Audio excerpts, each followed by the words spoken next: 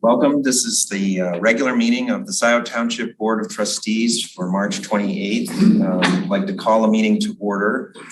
After we have the roll call, we will have the Pledge of Allegiance. Please call the roll. Hathaway. Present. Palmer. Present. Flintoff absent. Brazeau. Present. Carey. Present. No. Present. We have quorum. And Riser is absent. Sorry, and Riser is absent. I'd already knocked him off. Please join me in the Pledge of Allegiance.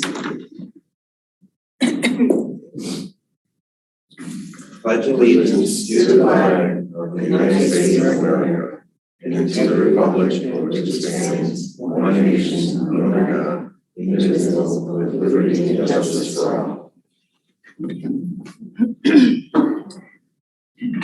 Next is the adoption of the agenda. Do we have any proposed changes to the agenda? Trustee Noel. Yes, I would like to pull G4 from the consent agenda. We'll move into new business. Are there any other proposed changes? You adding that one thing? Does that need to be added formally? Well, what it happens is it moves with its label. No, that's not what I mean. I mean the item that you distributed. Oh, that item. Sorry, I misunderstood you. No, I think it's like the other item coming up under J1. It would just be another. We're going to consider that part of J1. Part of J1, yes. Okey-doke. Okay, so unless there are other changes, someone prepared to move the agenda as modified. Moved by Brazeau, support by Noel.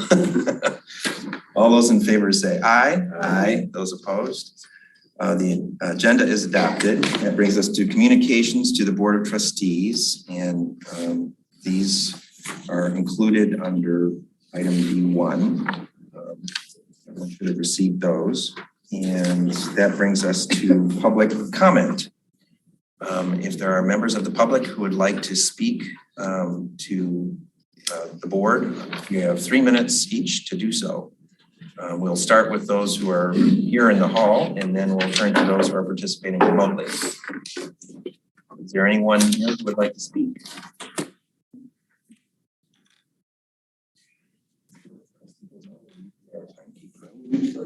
Thank you. I have timed this out as 3 minutes, so if it goes 3:30, my apologies in advance. Pat Stein, Scio Township resident for nearly half a century. I want to address G4. Supervisor Hathaway, until it was repealed by the BOT meeting on January, your job description as written by you and presented by you for a vote by the board in August of 2021, your duties were as follows. As Chief Administrator Officer per the Uniform Budget and Accounting Act, the supervisor is responsible for preparation of the township's annual financial report to the state, which by statute must be audited. Supervisor will oversee the audit and selection of the auditor. At the Board of Trustees meeting on May 10th of last year, and in the absence of Clerk Flintoff due to having contracted COVID, Supervisor Hathaway, you blindsided the members of the board with many motions. One of those motions was to appoint Sandy Egler to serve as deputy supervisor to assist you 50% of the time and continue her service as deputy treasurer the other 50% of the time. Your reasoning was that under the authority of the supervisor, you were assigned with preparing for the audit, and you needed the support of Sandy Egler in order to accomplish that. The deadline for the audit was the end of September. Well, Mr. Hathaway, we all recall that audit was indeed an epic failure. 1, Scio Township received a letter from the state of Michigan's Department of Treasury advising us that they withheld revenue sharing because of our failure to meet their required deadlines. 2, Our audit by Plant Moran noted 5 areas of weakness and deficiency, 3 of which our auditor had never encountered within the township during his 30-year career as an auditor. 3, Scio Township is now under enhanced reporting to the state of Michigan due to the state of our financial records. So as to the question, should your motion to exempt Sandy Egler from the requirement of section 22 regarding the POT hours be approved, the answer is no. There were no sacrifices put forth by Ms. Engler. She was just doing her job, and she was not doing a very good job. The necessity for Sandy Egler to work overtime, paid overtime at that, was the result of your own actions, Mr. Hathaway. When you voided the agreement, the treasurer and clerk signed for emergency assistance due to extreme shortage of staff. Your actions were a direct financial benefit to your deputy supervisor, deputy treasurer, Sandy Egler. I strongly suggest this motion be withdrawn or denied. Thank you. Anyone else who would like to speak during public comment? This is your time.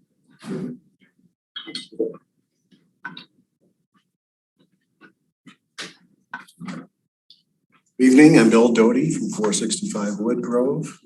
I'm here about Albury Grove, SP 21021. A few months ago, you had a resolution to have a discussion about taking this project back to the Planning Commission. I gave you a list a few months ago of things that you should ask, and I'm just updating that list tonight. I'll just paraphrase it and not go into total detail because I sent you this letter today. The property has been changed from a bioswale dependent retention system to a underground detention system, which feeds the U of M lake drain. Last meeting, you approved the Park Road non-motorized pathway, and Matt Parks suggested that in that concept engineering, that we should take a look and do a study on what happens to the east of Zeeb and north of Park related to the U of M storm drain. So both of those items are very much related. And I wonder if we should ask the Planning Commission to hold off the study until the study is complete.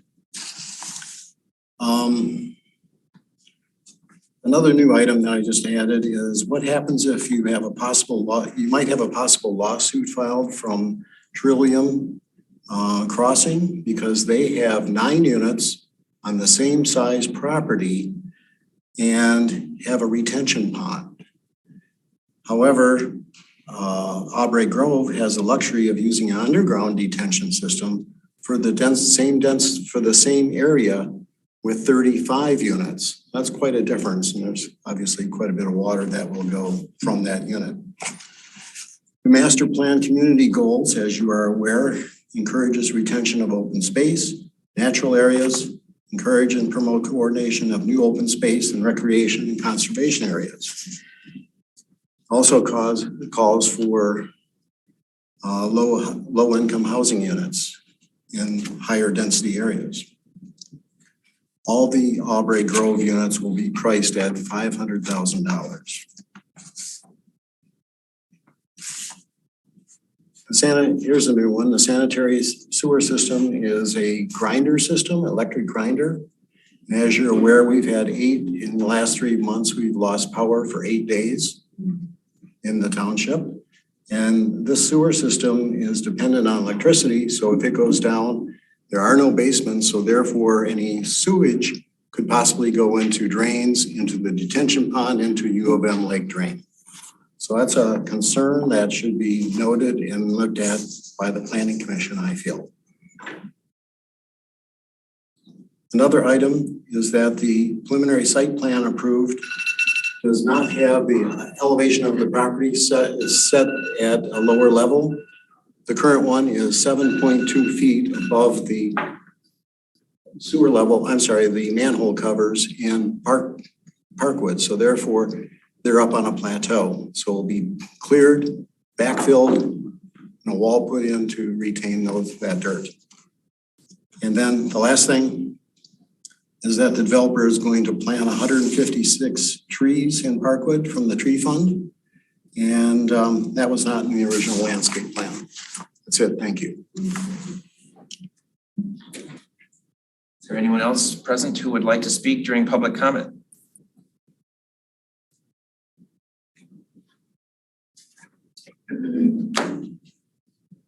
Good evening, Alan Bravano, representing Low Density Parkwood, supporting my low density neighbor Bill Doty, and in the return, prompting for a return of 21021 to the Planning Commission.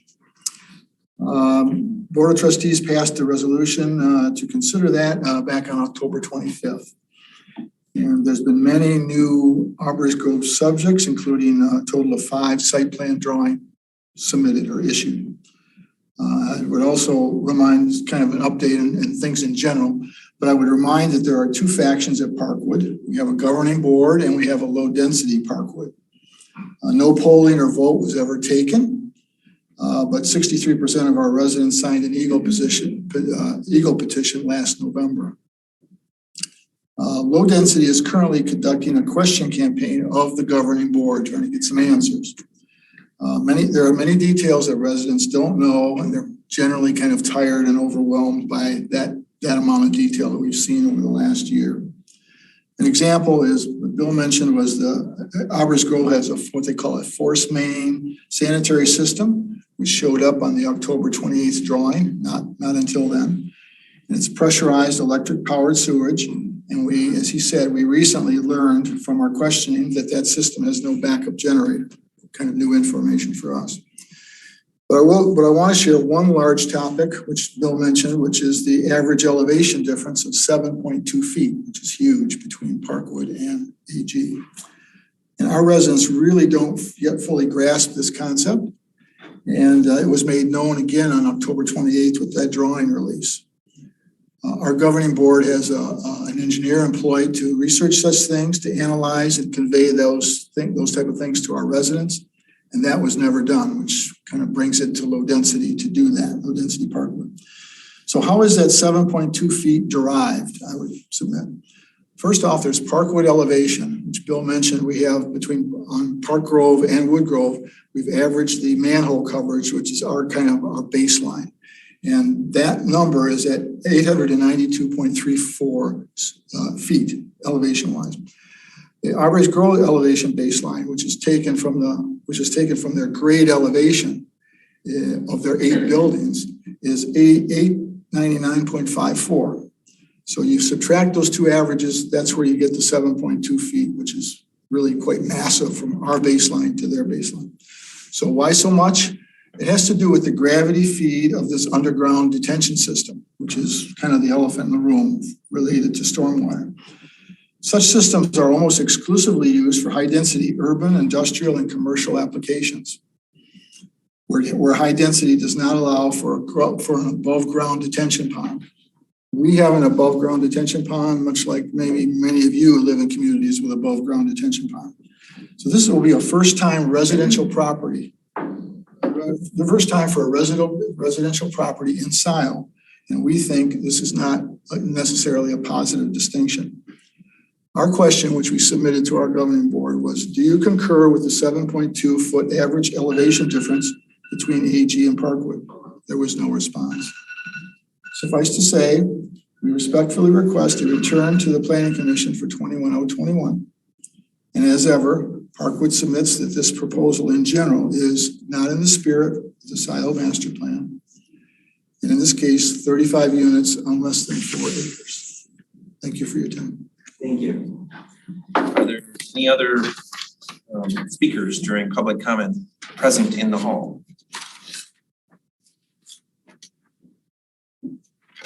Good evening, everybody.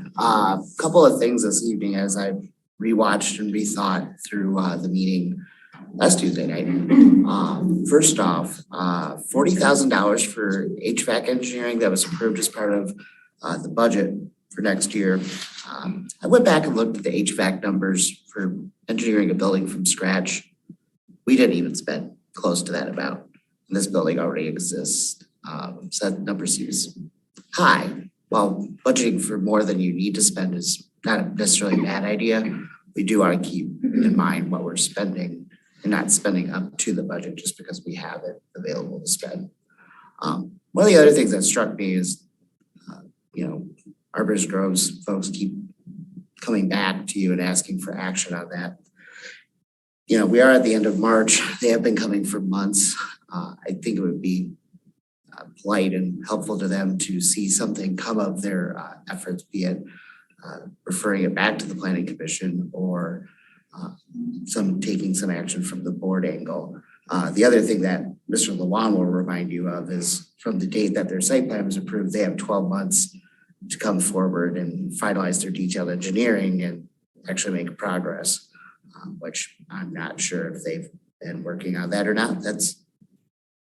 I don't know. A couple of other things just to keep in mind. We are marching through the year.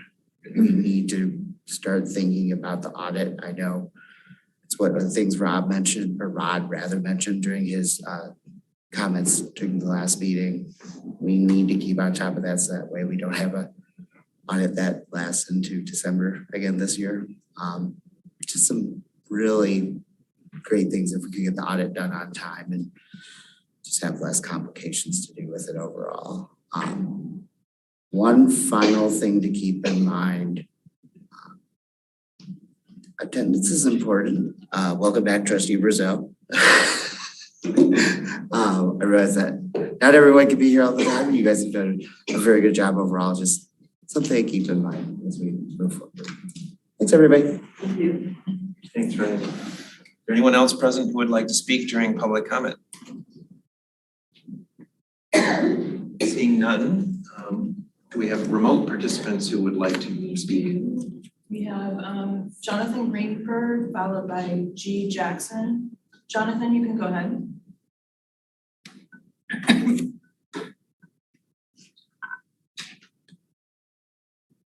Jonathan, are you there? Yeah, I was still scribbling notes for my comments, but I'll do my best here. I do apologize if this is disjointed, but it'll be better than most times because I actually have notes, which I never do. So start off by saying thank you to Terry for being a good neighbor this last week. Just thank you. Don't need to go any further than that. I would like to ask that the meeting isn't muted during breaks and pre-meeting. We at home can't hear anything that's going on during that time. It feels shut out. It'd be nice to be able to hear the same thing that the people in the room are hearing. That's mostly just the pre-meeting and it breaks. Just a suggestion. I generally don't like to make rules. The friend of mine, old farmer dude up north, used to say that every sign they put up takes away a little bit of my freedom. And it's true because the more rules we have, the less freedom we have. Freedom is the opportunity to be responsible. But when people aren't being responsible, we need rules. And so I've had an experience in the last few weeks, well, I'll say a year now, where tremendous amounts of garbage have been blowing into my property. We're working on it. It's getting taken care of finally. But the developer, and this is the end result here in the rule that I'd like to see added, is that this particular developer doesn't seem to think they need to use roll-off containers. They build 4-foot high boxes out of plywood that fall apart when they get full. And they're basically just huge containers that hold on to garbage until a wind comes along. So our trees are decorated with construction garbage and it's all over our property. Anyhow, long story short, we don't have a policy. We don't have a rule in Scio Township that says people have to use roll-off containers in these circumstances. So that would be a good idea. And then the second rule is that, like most businesses, Mark, you get this. Most businesses send out contracts, ask for bids from contractors. We don't appear to do that. We should have a rule that specifies exactly how that happens, a standard operation policy, because we're talking about lots of money that we spend. And without having rules around that, there's really no accountability. We can keep, for example, the same contractor for 30 years without putting it out for contract. That seems wrong. Many groups like auditors have to be moved around so they don't get friendly with the neighbors and start doing special favors. So what we should at the very least have some kind of rule in place that says that we need to pitch bids out to contractors. Real flat out here, I worked at the university for 25 years. Salaried employees don't get overtime. It's that simple. And perhaps if that particular employee focused on her job instead of other people's backyards, they'd have enough time to get their job done without overtime. And finally, and I'll be quick here, hire a finance director. It's been a dumb move for about 2 years now. Hire a finance director, please. And also, I want my $2 million back, and so does everybody else in Scio. Do not spend those funds in 400. They come back to the people. That is the law. It has to happen. Thank you. Thank you, Jonathan. Next is G. Jackson, followed by Pam Boyd.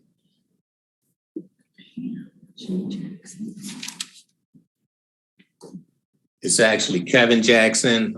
I logged in under my wife's name, so that's why it says G. Jackson. But I'm here to speak in support of my neighbors who spoke earlier about returning the Arbors Grove information back to the Planning Commission. It is not in the spirit of Scio Township low density.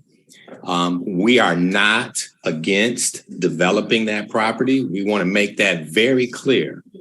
We're not trying to stop the project. We just disagree with the number of units that they're trying to force into a small space. Why is Scio Township even considering such a high density development when all throughout Ann Arbor, when I'm driving through back and forth across town, I see huge density projects going in where they make the most sense in urban areas. We are in a suburban area and we want to put a big Mack truck development in an area that is really good for Honda Civics and Toyota Camrys.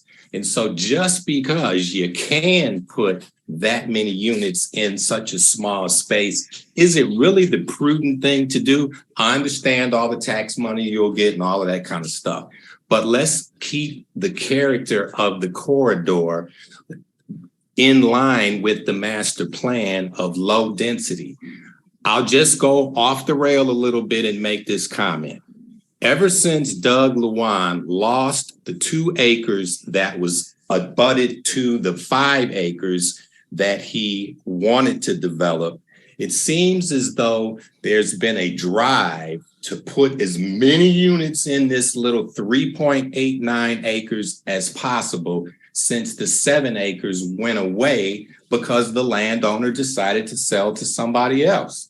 So let's please send this back to the Planning Commission, because as we keep going through the drawings and seeing all this new information, none of the information that has been presented over the 12 months that we've been coming has stayed the same.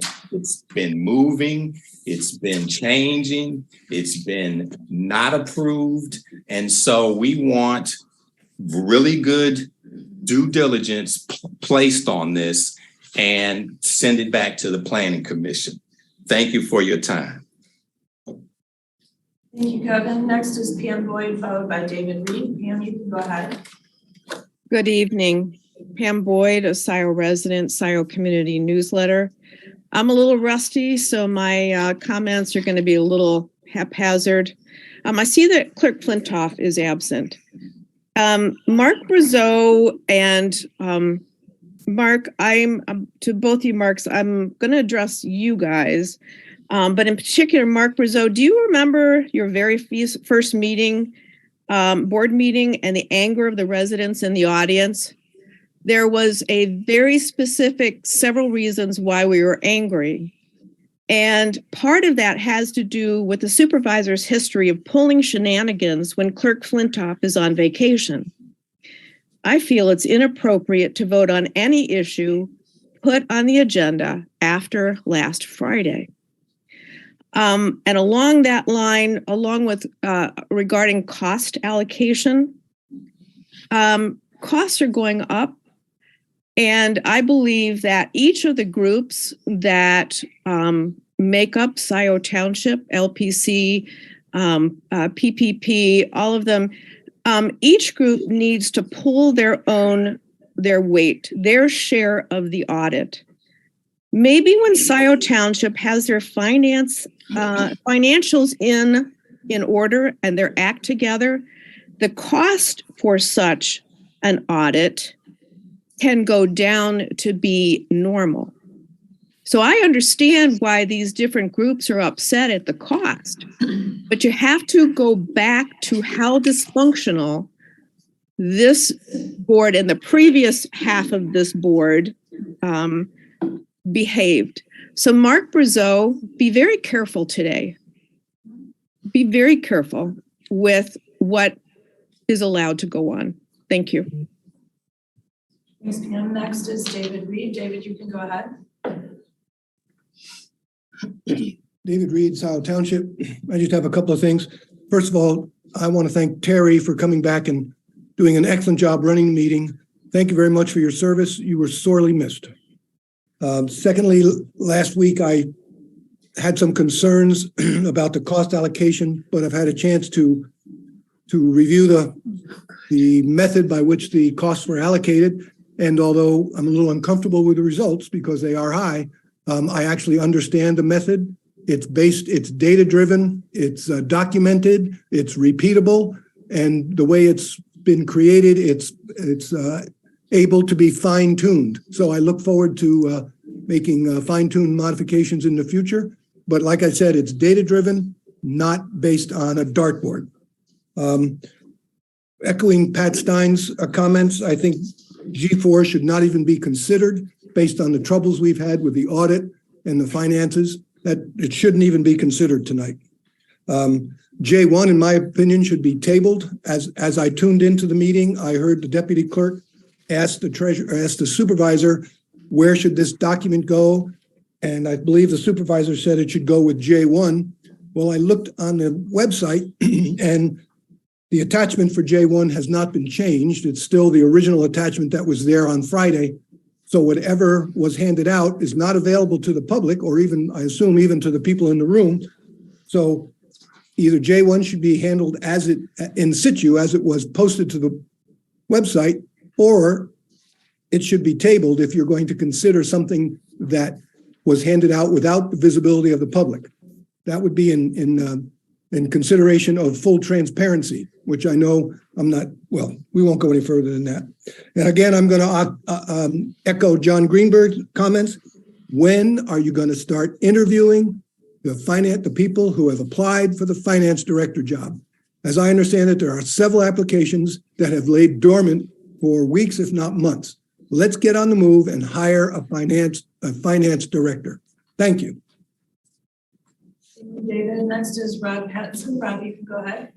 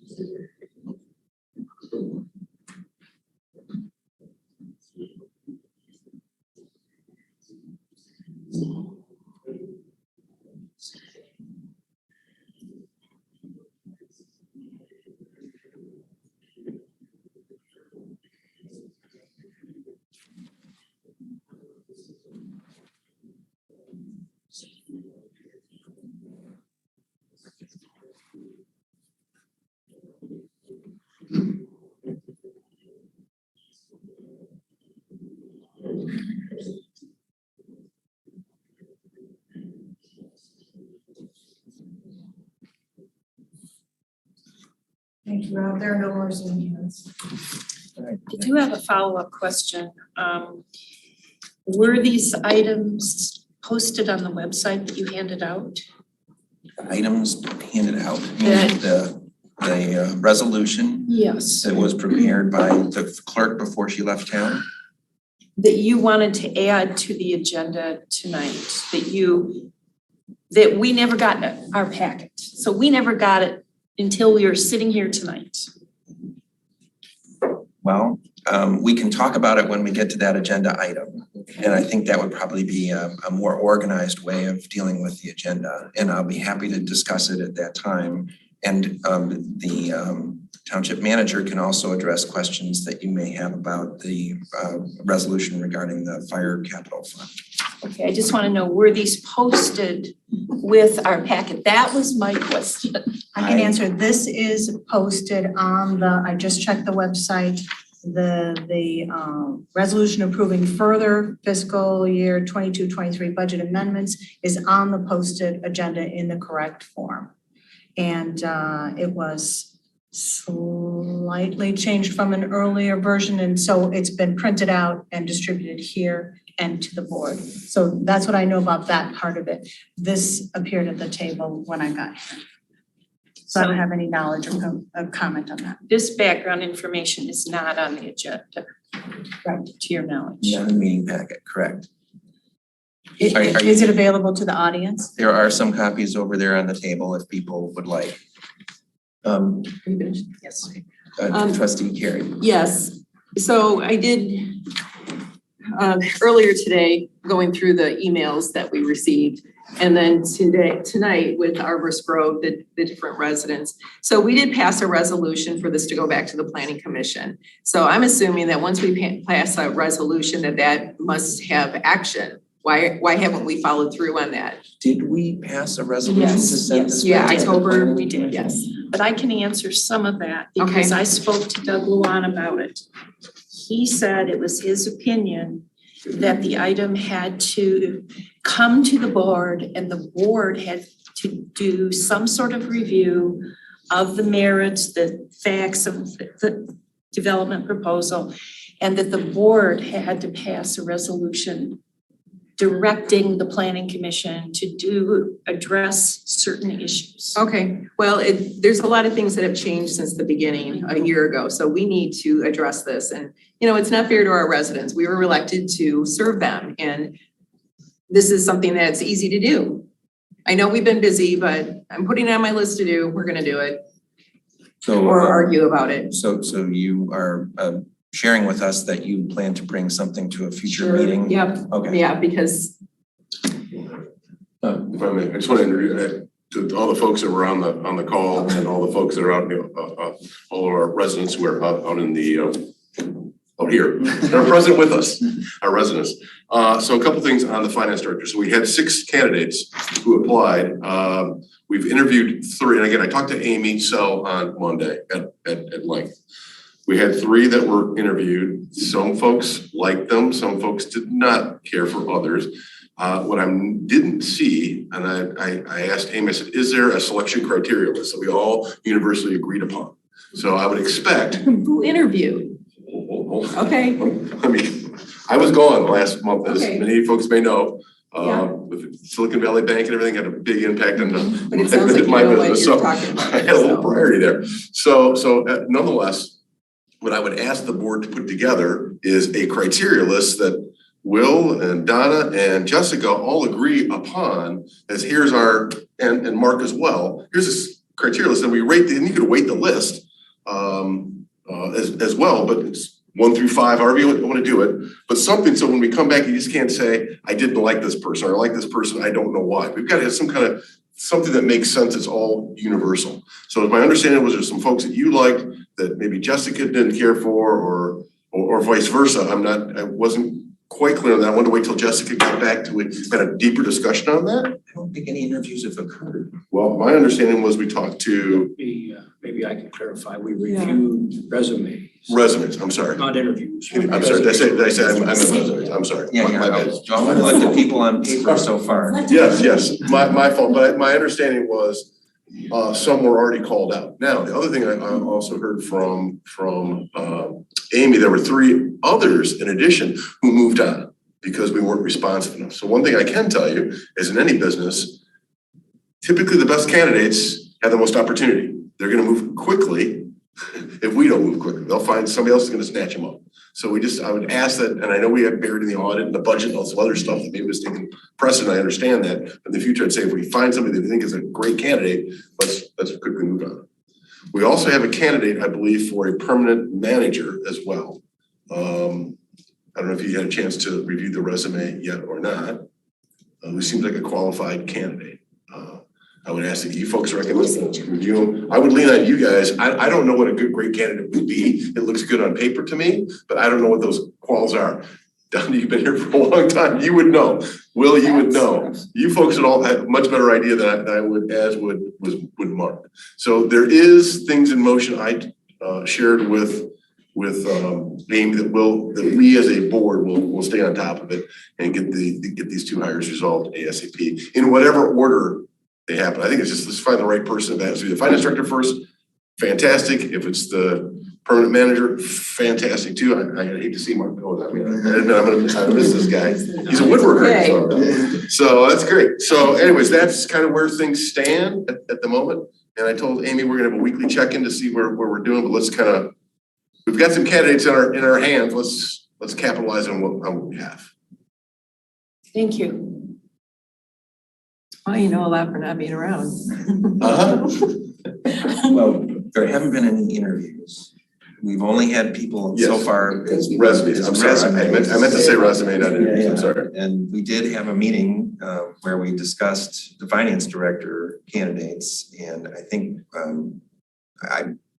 my understanding is that we're proceeding with scheduling an interview with the person that we all agreed upon as being a strong candidate. Yeah, we should move on those quickly, like within, I would expect those within days, right? Once you decide upon a candidate, candidates come in, we're not waiting till the next week or the next month. We're moving on those within 24, 48, 72 hours.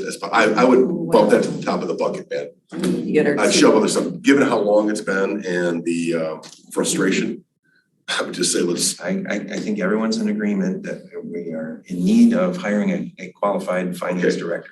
Good words. But it's not about activity, it's about accomplishment, right? And the accomplishment is getting the person hired. So let's all I'm saying to all of us, and I'll help in whatever form or fashion you'd like me to help, to make sure we just facilitate the movement of that. Yep. That's it.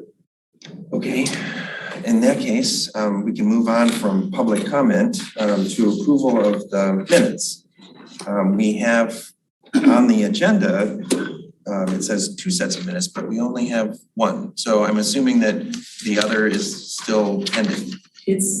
We have both sets. I emailed it out to the board, the second set out to the board this morning, with my apologies for it being. So we have the set for the 21st. for the 14th as well? Yes, it was not there. Posted. It was not printed out in my packet. Alrighty, okay, well, Can we get copies of it? If I we're gonna can. approve it, You bet. I printed mine off, so. I printed mine off as well. I can make more copies. People don't have the 14th or the 21st. I have the 21st, but That was the I one don't that have the, I don't have the 14th. submitted at noon. Yeah, I don't, Okay, you don't have the 14th? I don't have the 14th. Because I read the 14th earlier. Yeah, that should be in the packet. It was in my. So we just need 1 copy of the 14th? I need one. 2 copies. 2 copies, please. Does everyone have the 21st? I have the 21st. Why don't we start You don't have with the 21st. No, you don't have the 21st? Let me make one copy of the 21st. Or actually, I can get it from the, here, take this and I'll get, and you don't have it either? Well, just go ahead if you could. I'm just gonna please. grab This it is a from mess. the Printed on both packet sides and it's hard to find it. I'm sorry for the confusion, folks. When there's meetings every week, it really puts quite a strain on the person who does the minutes, which is not me. I'm not. Okay, well, what I would suggest, if we have enough copies of the meeting of the 21st, is we take it out of order, we do F2 and go through those first, and then we turn our attention to the March 14th meeting. Is that okay? Sure, okay, sorry. In that case, looking at the special meeting of March 21st. Are there any corrections to page 1?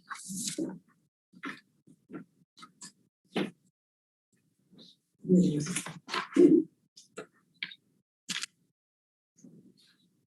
2.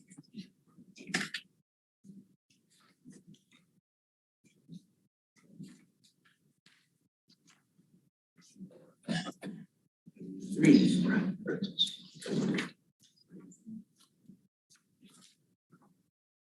Page 4.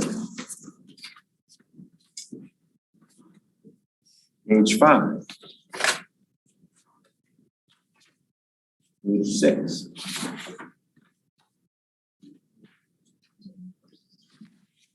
Page 7. Page 8. Page 9.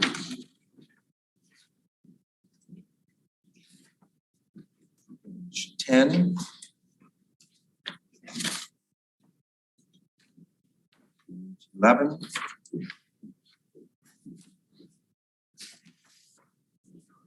Page 12. Page 13. Page 14. Page 15. Page 16. Page 17.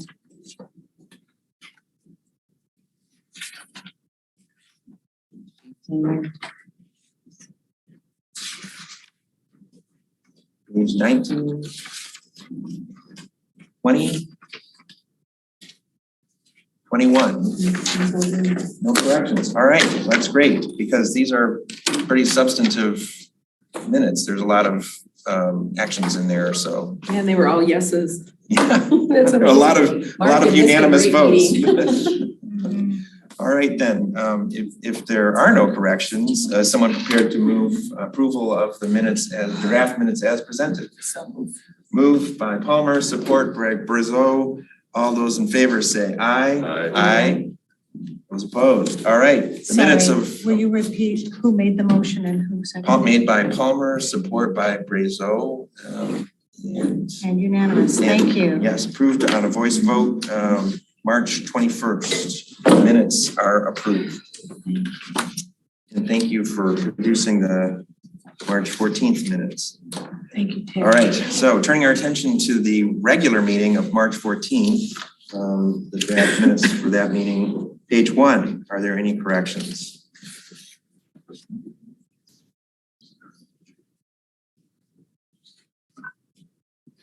Page 2.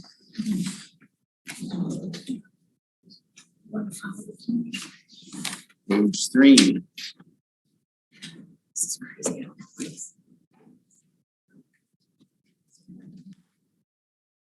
Page 4. Page 5. Page 6. Page 7.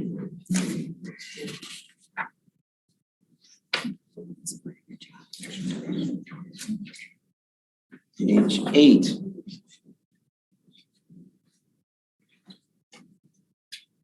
Page 9. Page 10. Page 11. Page 12. Page 13. Page 14. Page 15. Page 16. Yeah. Page 17. 18. Page 19.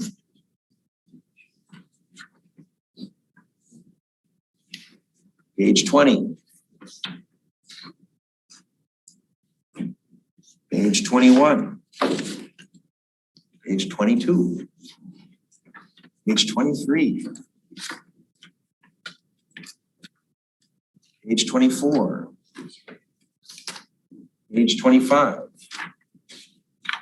Page 26. Page 27. I see no corrections. Is someone prepared to move approval of the draft minutes? So moved by Brazo, support by Noel. All those in favor, say aye. Aye. Aye. Those opposed. Minutes of the regular meeting of March 14th are approved. Okay, that brings us to the consent agenda. Is someone prepared to move the consent agenda? I'll move it. Moved by Noel, support by Brazo. Please call the roll. Noel, Yes. Carrie, Yes. Rizzo, Palmer, Yes. Hathaway. Yes. That's the order we're gonna do today. Motion passes. Right.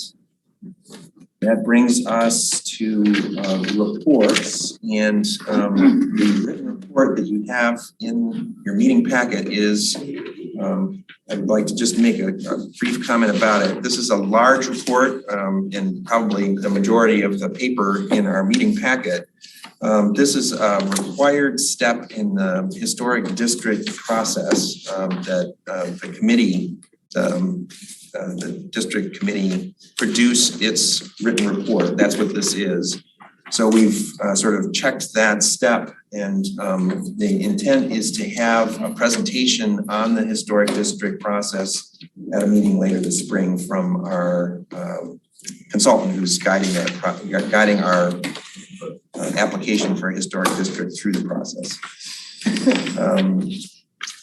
Anyone interested in public in this process or the site that is under consideration, I encourage to take advantage of that material because there's a lot of good information there, not only about the site and its historic quality, but also about the process. I would also like to share with the board that we've arranged for a closed session special meeting to precede the next regular meeting of the board on April 11th. This is in response to the request from the board for a closed session discussion of the township-wide SAD. So if people could mark that on their calendar, be 5 o'clock on April 11th. And now, was the calendar checked to make sure that this room was gonna be available? That was the thing we didn't do last time. I did not do that. That is a good question. How did you decide on this date and time? Well, I tried to pick a date that would be soon because that was an indication from the board. And I tried to pick a date when most board members would have already reserved that evening to meet. And that's why we zeroed in on that date. It was also a date that Mike Homier, the attorney who would be in that closed session, is available. So you initiated discussion with Mike on this? Yeah, I reached out to Mike to see if he was available. Okay. So it's a special meeting that's just gonna be a couple of hours before the regular BOT, so it's most Right. likely we're okay. But Yeah. somebody should probably check. Yeah. Great, thanks. Before we put out a notice, we'll confirm. Good. Let's not do that again. Yeah. So tell me again the purpose of the special meeting. I just wanna. Well, it was the purpose that the board requested, which was to discuss the township-wide road SAD and the questions that are sort of revolving around that.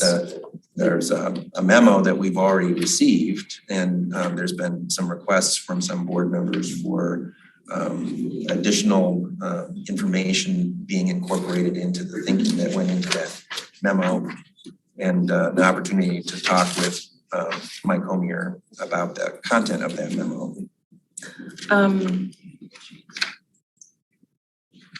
The purpose has to be posted with notice. That's why I'm asking for clarity in the purpose. That's right.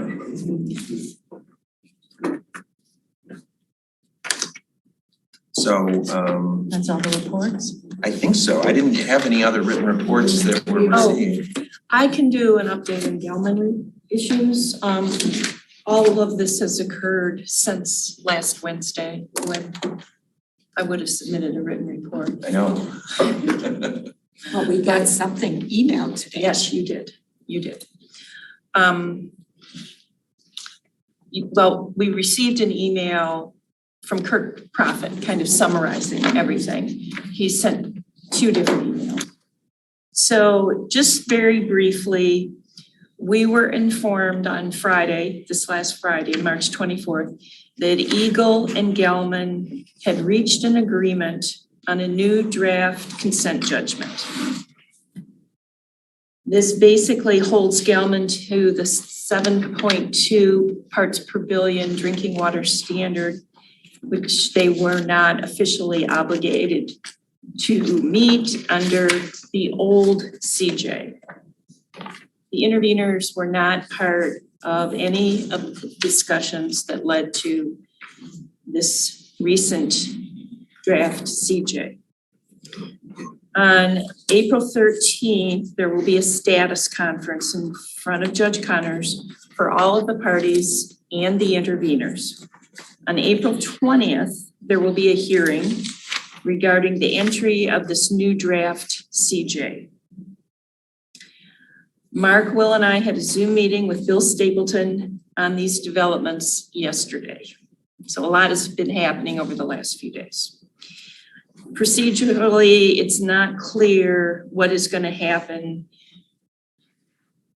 And hopefully some of this will be clarified at the status conference. The current status of the interveners, they've been told not to file complaints by the judge. And the questions about whether there will be a public comment period for this new draft CJ, as there has been in the past. When Eagle has put out a draft CJ, there's always been a public comment period. So we don't have a firm sense of what's going on yet. We'll know soon. Did you say no public comment period has been called yet? There's no statement of a public comment period yet. I see. But we will know soon. We'll know that, I think, at the status conference that's coming up. That will be clarified. What time is that on April 13th? I don't know. In the past, these status conferences have been in the judges' chambers. They have not been public. This is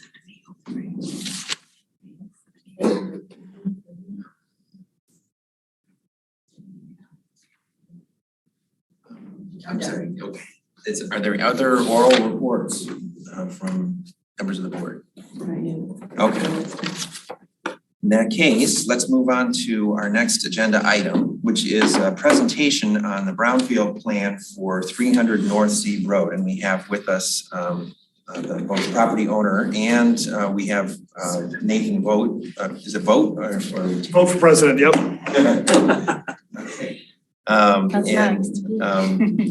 They will be presenting the plan and explaining, I think, how it might interact with commercial rehab abatement, for which we've also received an application and for which we have scheduled a public hearing at our next regular meeting.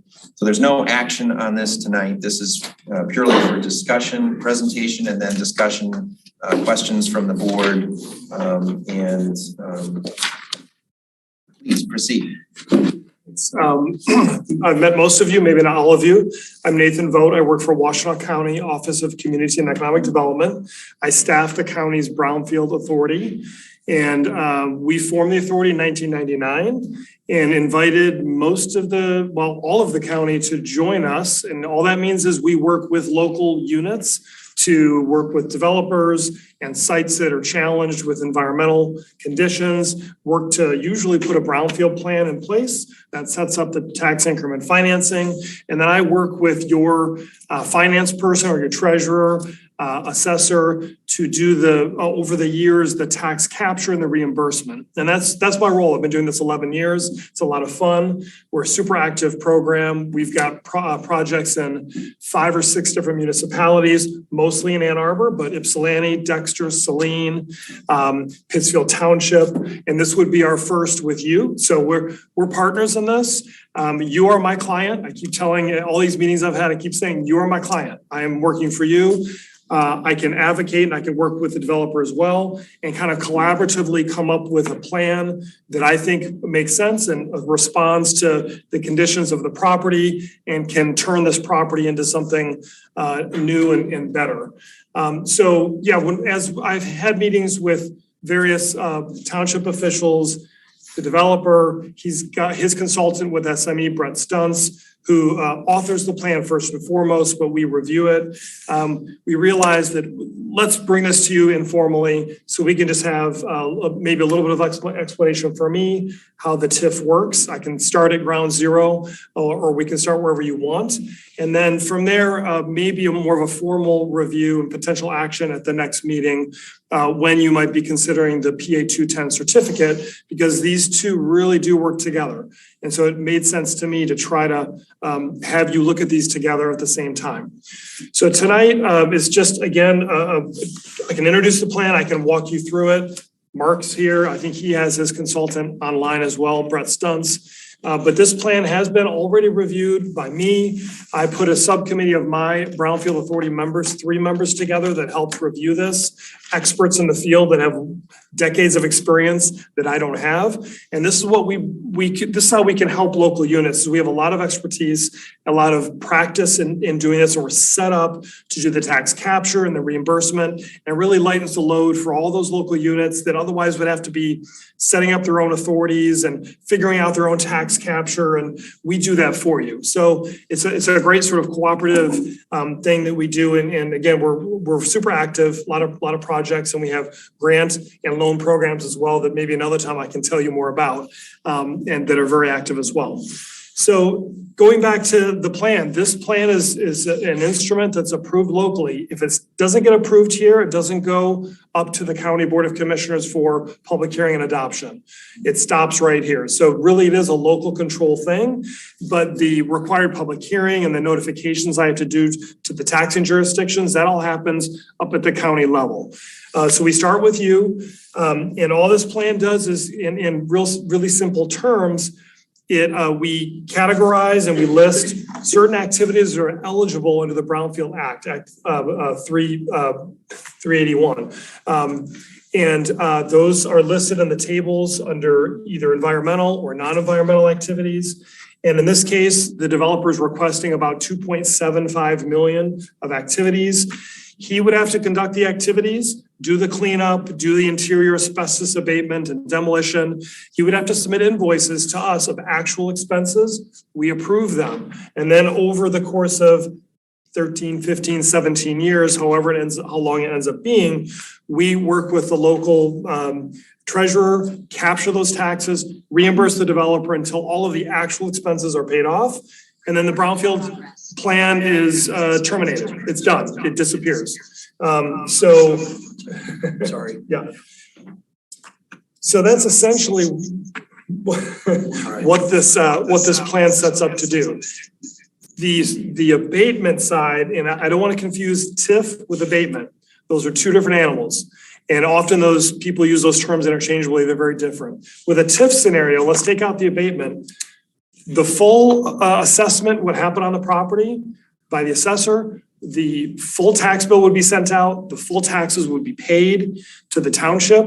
And then we work out the increment capture on the back end, which is above what's being paid now. Everything that's being paid now continues to stream to the taxing jurisdictions. It's the increase that then gets captured, and then we reimburse for those expenses that I talked about.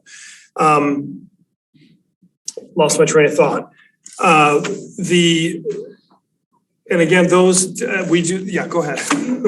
You were making a distinction between the TIF and the abatement. Thank you. Yeah. So TIF is full tax bill. On the back end, I work with you all and the developer to issue the reimbursement. The abatement would say to the developer, if you were to approve a certificate to abate the taxes, you were lowering the tax bills that get sent to the developer. So you're abating the taxes to upfront lower the cost to the developer and to the project, which would then have less revenue available for TIF reimbursement. So in the two scenarios that are included that we've kind of been talking about with meetings we've been having and that we decided to present to you, the two sets of TIF tables actually show, for illustrative purposes only, and I know this has been discussed, a 3-year abatement versus a 10-year abatement. And you can kind of see in these tables, the blue shaded areas, how the TIF table looks different depending on the length of abatement that you might approve. I think broadly, the way I want to make sure you all understand is that whether it's a 3 or 10-year abatement, it saves about 2 years in year 15 of the brownfield plan getting fully paid off. That's really the impact. It's year 15, 13, 14, 15, 16. It's about 2 years shorter. You're not going to see any additional taxes. The DDA will see their 50%. But other than that, if it's a 3-year abatement in year 4, whatever's available that the DDA is not capturing will go to the brownfield. And so it's not going to go directly to the local taxing jurisdictions or the township, other than the DDA revenue. And so it does have an impact, but really the focus should be on the end, I think, of the plan. It shaves about 2 years off based on our projections that we know today. Obviously, to the project, it's a big difference in terms of the taxes that they're paying, right? The abated taxes are much lower, and the duration of that abatement will then impact over the years what's being paid. I'm going to stop there. Do you have any questions about the two or brownfield plans, or what our role might be, what my role might be in this process? You're taking over most of it. A good move for the county. And Mark, if I missed anything or, No, I think I brought a PowerPoint, which I was going to try to share with you, but just really 3 slides to Mark's question, Mark Brazeau's question about ROI. When we look at the recovery of the investment that's made in the brownfield or in the abatement and the renovation, those costs that are eligible for reimbursement under this scenario at today's cost of funds, we're looking at a negative roughly 48% return on investment. That is to say, we're getting back 52 cents on the dollar over a 20-year period of amortization on this. The critical thing for me on the 3-year abatement is the popping up of the taxes and how that affects the net operating income and our loan facilities. So Mark, I'm sure you're aware of the loan covenants that you get put on financing terms. So at a typical lease, we see escalators that might be closer to CPI, 3-5% annually, or maybe frozen for a period of time and then pop up 3 or 5%. The effect of paying full tax at year 4 would put us kind of underwater on the cash flow side and then out of formula on our loan covenant. So that's a challenge that we have to figure out if we only go with the 3-year. That said, the township over the years has approved some 68 or 69 tax abatements, all of them roughly 12 years, some as much as 8.6 million. So we would ask that you consider, our contribution to the township on this project and other projects that we've done. It's a blighted property that's been an eyesore for a long time. It's an attractive nuisance. We're having to go to extra lengths to make the property usable again.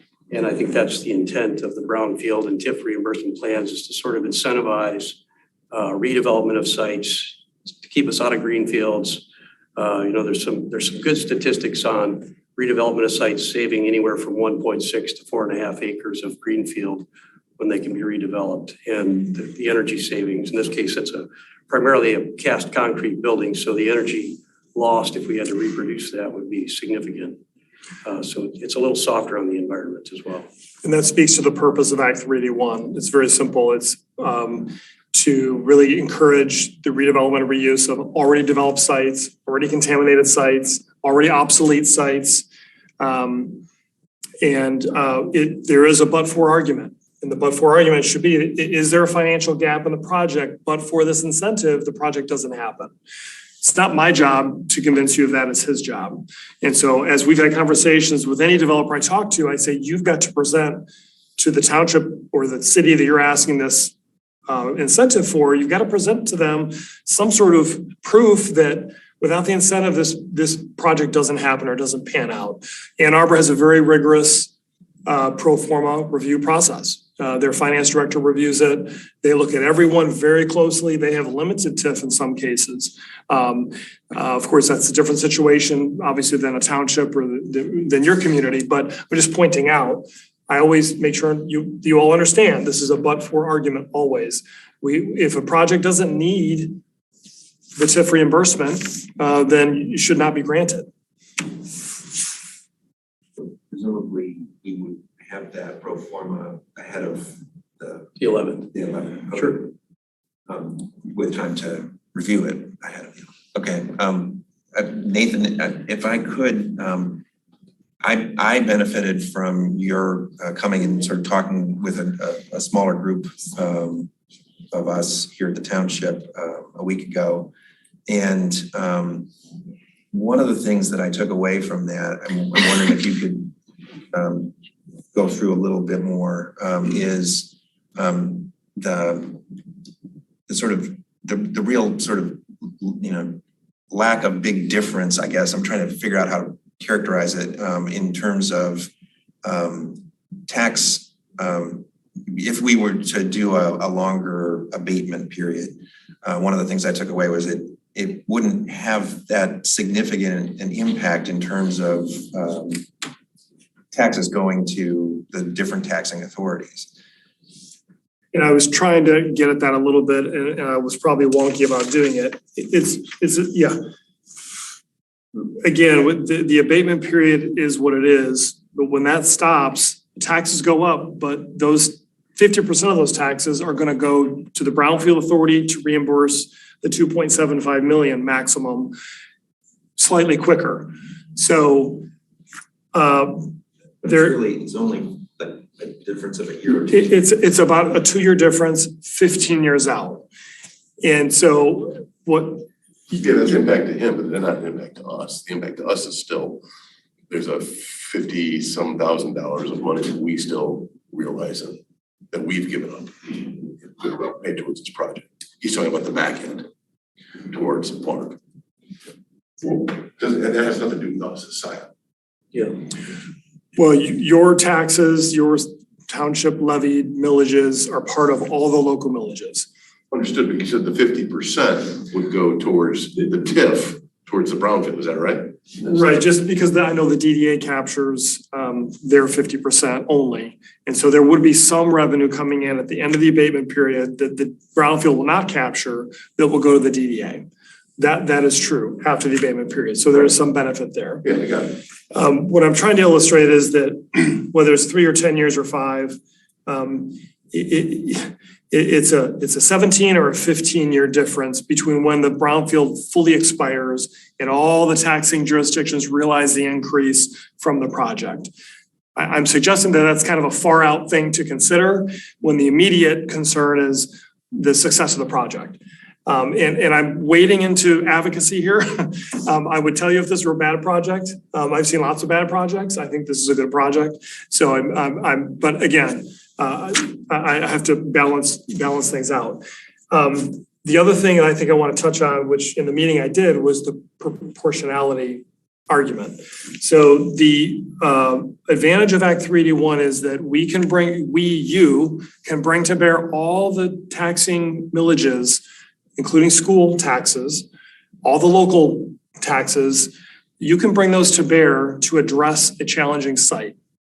And this is why it's been a successful program across the state. You can bring to bear for it a finite period of time to address a challenge.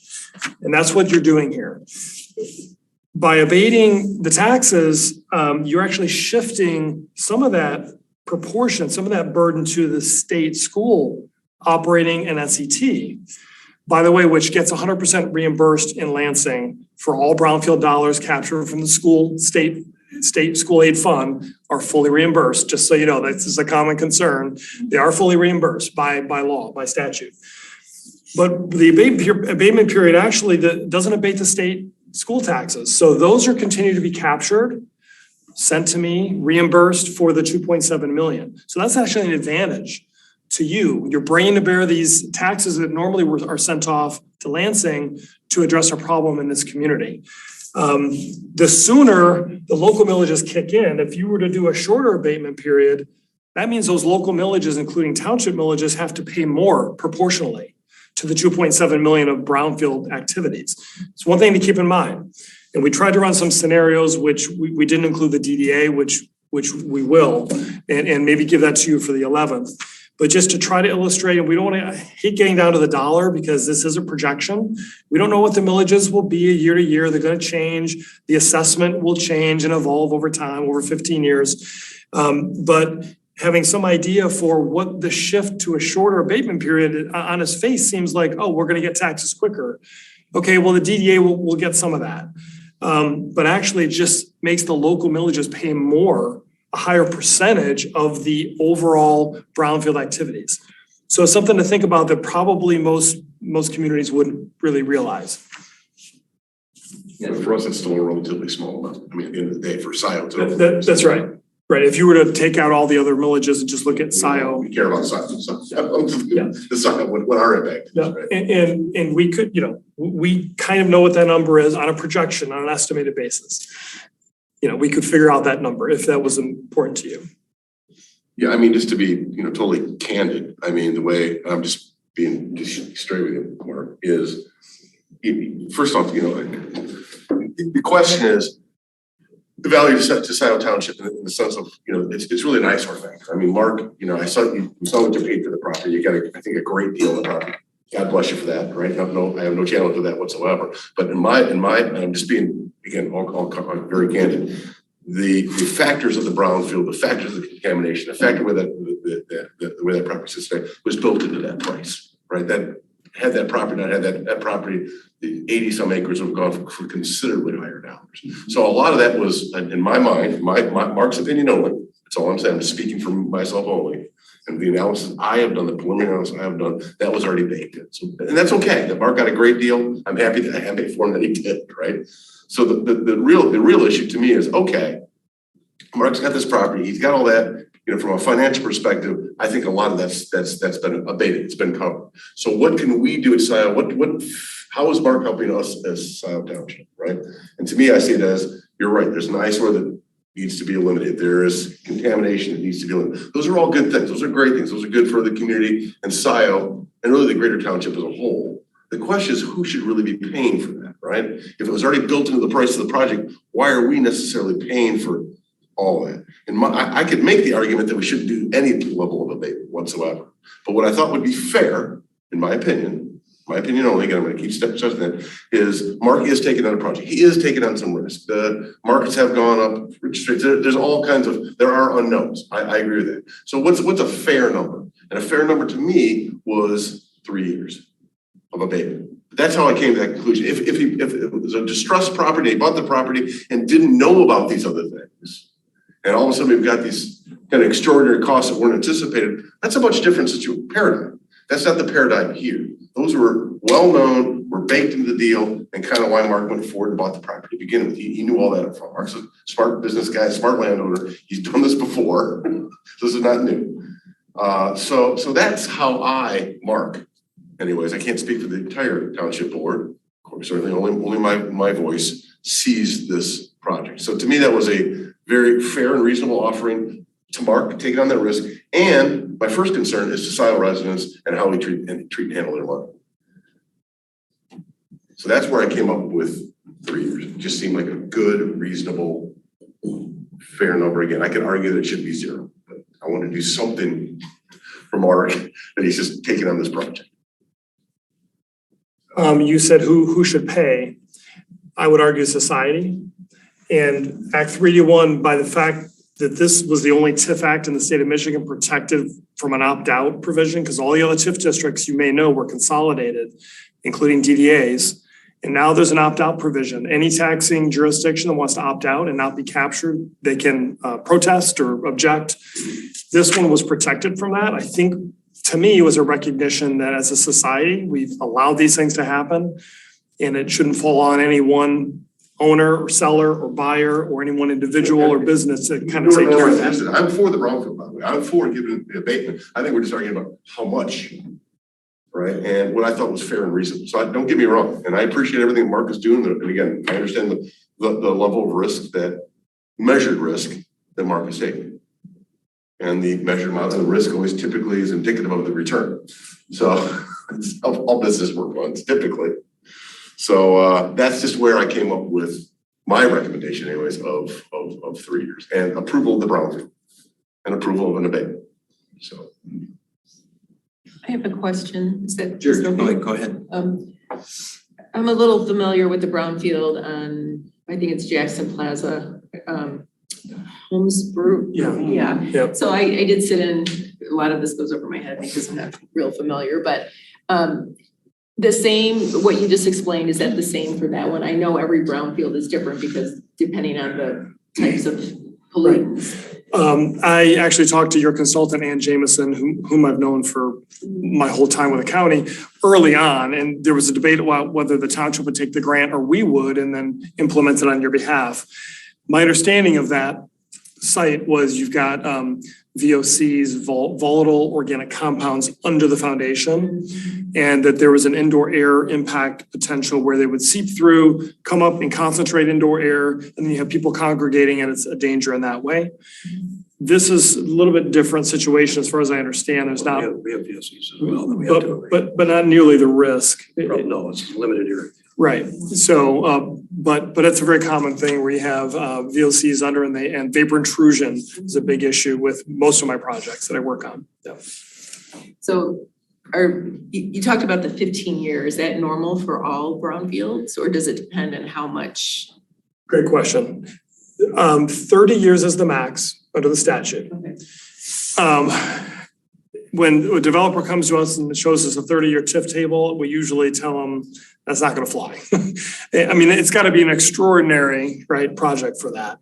I like to see between 15 and 20, somewhere in there, and this kind of falls right within there. And I'm kind of going on my experience in Ann Arbor mostly. Every community has a different tolerance. Some communities might see a 10-year and say, oh, 10 years, what? That's crazy. We're not going to see taxes on this for 10 years. That might not be tolerable. But we try, our job is to look at the eligible activities proposed, look at the need, look at the investigation of the site.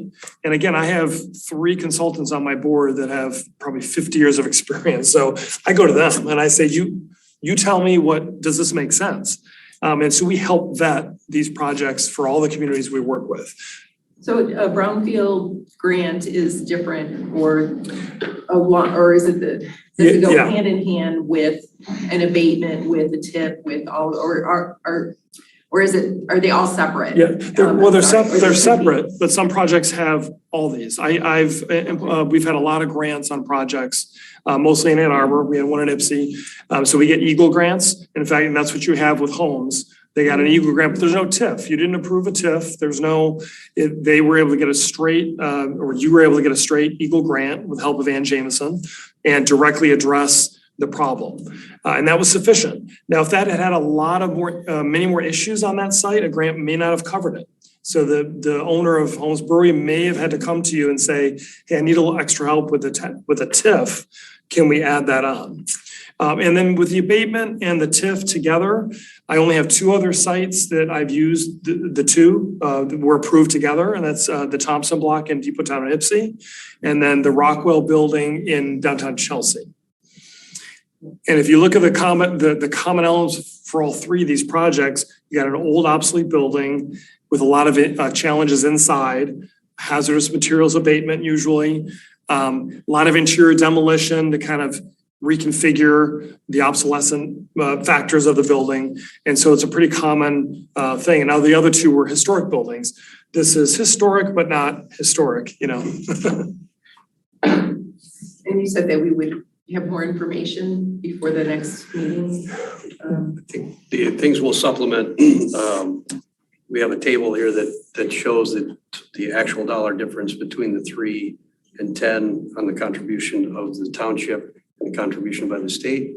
And then I can, provide more financial information on net operating income and debt coverage, debt service coverage. So definitely want a clean environment. And the TIF tables were a little bit rushed as I got these into your packet. And I noticed there's some cleanup that I need to do with SME, his consultant, on those as well. So don't look too closely at the numbers. I want to clean those up. And again, I do want to stress, don't ever look too close at the numbers in a TIF table because you're going to be disappointed. 8 years from now when you revisit it and they're not going to be, we do our best guess right now, knowing all the taxing millages we have, knowing the expected taxable value, and we'll give you the best picture we can, but you just can't look out 15 years or 10 years or even 5, so.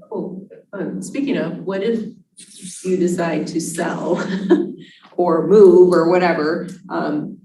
What happens with all of this, the brownfield, the TIF, everything? I can't speak to the abatement and how that would work, Okay. but with the TIF, what typically will happen is the guaranteed TIF reimbursements can become part of a deal. Okay. Sometimes a bank will require to take those as collateral for a loan. Sometimes they're sold with the property as, hey, here's a benefit to you. Sometimes they're kept by the original developer. He sells the building and gets those benefits. And, we don't care, right? The work was done, the building was cleaned up, it was redeveloped. Whether I'm giving it to a bank or giving it to Mark still or giving it to a new buyer, it doesn't really matter. Okay, and that wouldn't affect us, the township. No, I don't know about the abatement. That's not my Okay. area, but the TIF, I'm speaking of the TIF. And the work, I'm sorry. No, I'm finished. Go ahead. Okay, Thanks. and the work that would be compensated or reimbursed, would that would occur sort of early on, and then basically you'd be capturing the revenue to pay for that over time. That's right. Yeah, presumably they would happen right away as soon as he gets into the building within the first year or two of build out. And then we approve only actual expenses. So he has to submit invoices, proof of payment. My board reviews every invoice, make sure they're eligible, make sure they're in accordance with the brownfield plan. And then once it's approved, it becomes an eligible dollar. And then over the years, we just pay that down, however many years it takes. It's actually a zero interest loan, right? I mean, there's no interest in this, right? I mean, it's essentially. Well, that's zero. not exactly true because I gotta finance it. So I'm, today's rate Well, 7. that's true, you do, right? Right. I mean, the money back through tax base, there is no, Right. there's no add-on, tack-on, No. processing fee, No, nothing. No, whatsoever. we take administrative fees to pay my salary, to pay the cost to run our program. Yeah. So we'll take anywhere from 3 to 10%. 10% is our policy. If we have a huge project that's millions and millions of dollars, we'll take like 5% because we don't want to take too much. We can't by statute. So we get a little bit of a cut. And then the other piece is the LBRF, which is our local brownfield revolving fund. I don't want to miss pointing this out. This is important. We have a fund that under the statute, we can extend up to 5 years, a TIF up to 5 years beyond the developer reimbursement, capturing the full annual TIF capture into a fund. And in that fund, we can give out as grants and loans to all of our member communities to help redevelop other sites. And so we've just now capitalized this fund in the last 5 years. We've supported a lot of affordable housing projects. We supported the Leslie Science Center, which was found to be heavily contaminated, you probably heard. We supported a project in Ipsy for affordable housing. So you can see we like the affordable housing, but we also love to support projects that are highly contaminated and that were surprised and often municipally owned. but it would be available to you as well. So we do have a policy and it's reflected in the plan. If you look at it, it's, I don't know what the amount is, I can't remember, 734,000. That would mostly be captured at the end after the developer's reimbursed. It would delay the gratification of the new taxes for everybody, but it helps you contribute into this fund and maybe feel better about potentially getting funds from us if you have a project that would need them. And we have about 2.5 million in the fund right now. There's a lot of projects right now in affordable housing that really need the funds, so they're going to be applying. But we've got more coming in with big, mostly Ann Arbor projects. So a lot of Ann Arbor projects have contributed a lot of money to the fund so far, and every project, but to differing degrees, of course. Nathan, could you clarify? I know with an IFT that when it's established, that year becomes the base, and the taxes that have been billed and collected on that base continue to the units. That's right. Anything above that then is the abated portion and for the IFT. Is something similar like that in these plans? In other words, what they're paying now, will that continue? Yes. That be a base and that continues to go to the units? It's That's right. What the incremental increase in value, et cetera. That's exactly right. So if you look at the TIF tables, the base values in here of 1.823,910, 1.8 million. That's the base value. And that's the tax. Is that taxable or market? That's taxable. So that's what's being paid now. That will continue to be paid. We don't capture that. All right, I understand. As he adds value to the building and it's reassessed, whatever that increase or increment, the taxes paid on the increment is what we capture. And this, now with the DDA, I think you've heard the talk about the DDA. The DDA base value on this is 4 million. And now it's only worth 2. So actually the brownfield between 2 million taxable and 4, the brownfield's going to capture 100% of that. Once it hits the DDA base, the DDA and brownfield will share 50-50 the increment above 4 million. It's all reflected in the TIF table. You can't see it because it's in the formulas, but that's what will happen between me and your finance, your treasurer, finance director, whoever I work with. We'll figure that out. We do a spreadsheet. I do this when they can be quite complicated, and we'll figure it out and get the right capture. Again, it gets sent to me. We might take our 10%, and then I reimburse the developer over X number of years.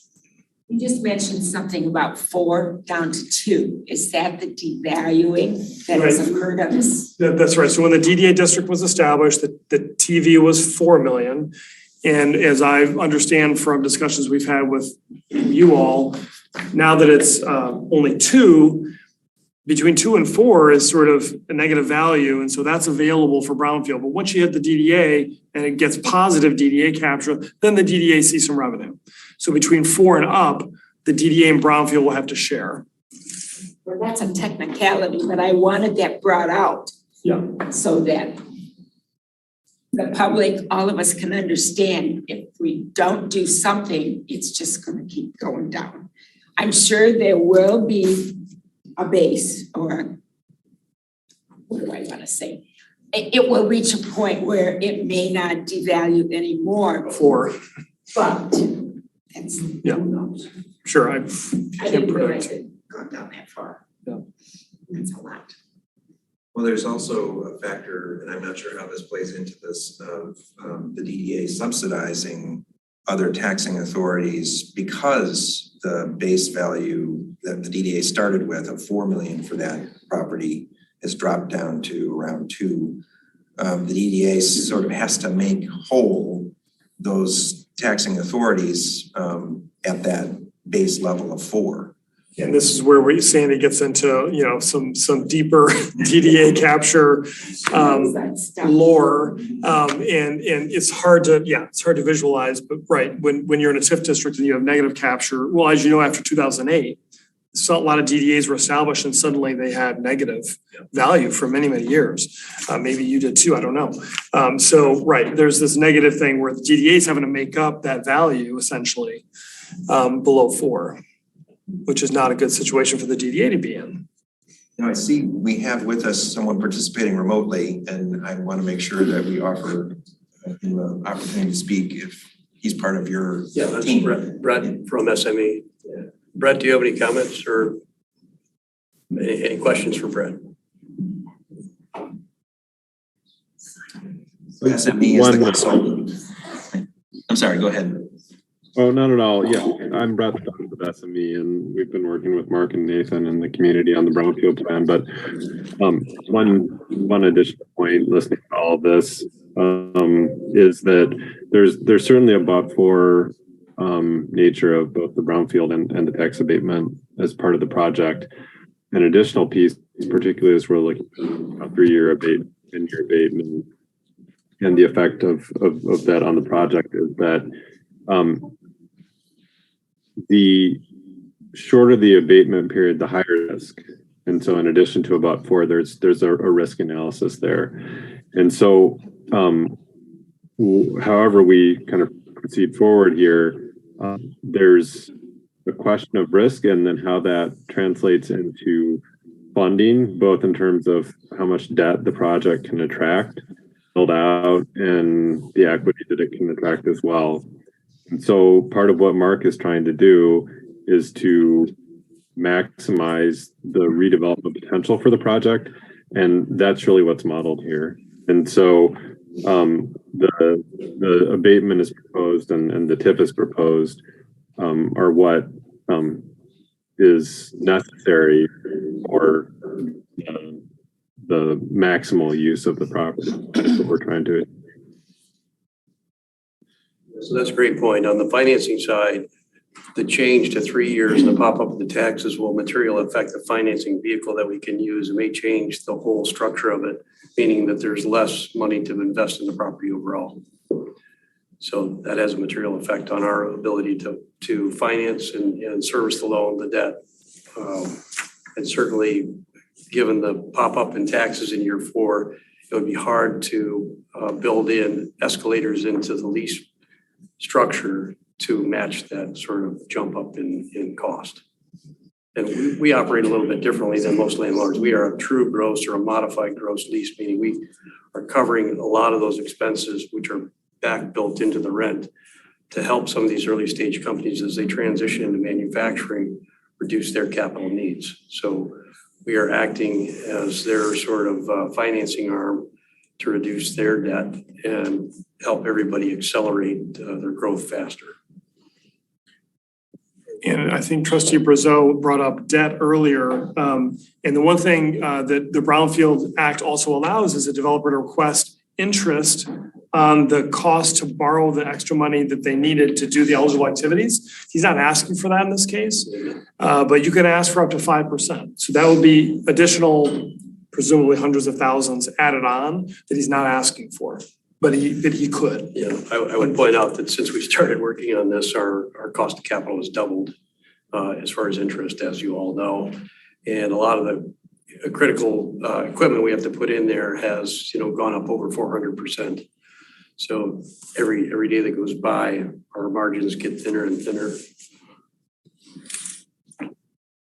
There was also the question about portability of tax abatement and ownership changes, and the tax abatements, the process is a little bit different, but through an approval of the state tax commission, which is generally granted, can be transferred to a new owner. It wouldn't affect the term of the tax abatement, but it would stabilize the transaction.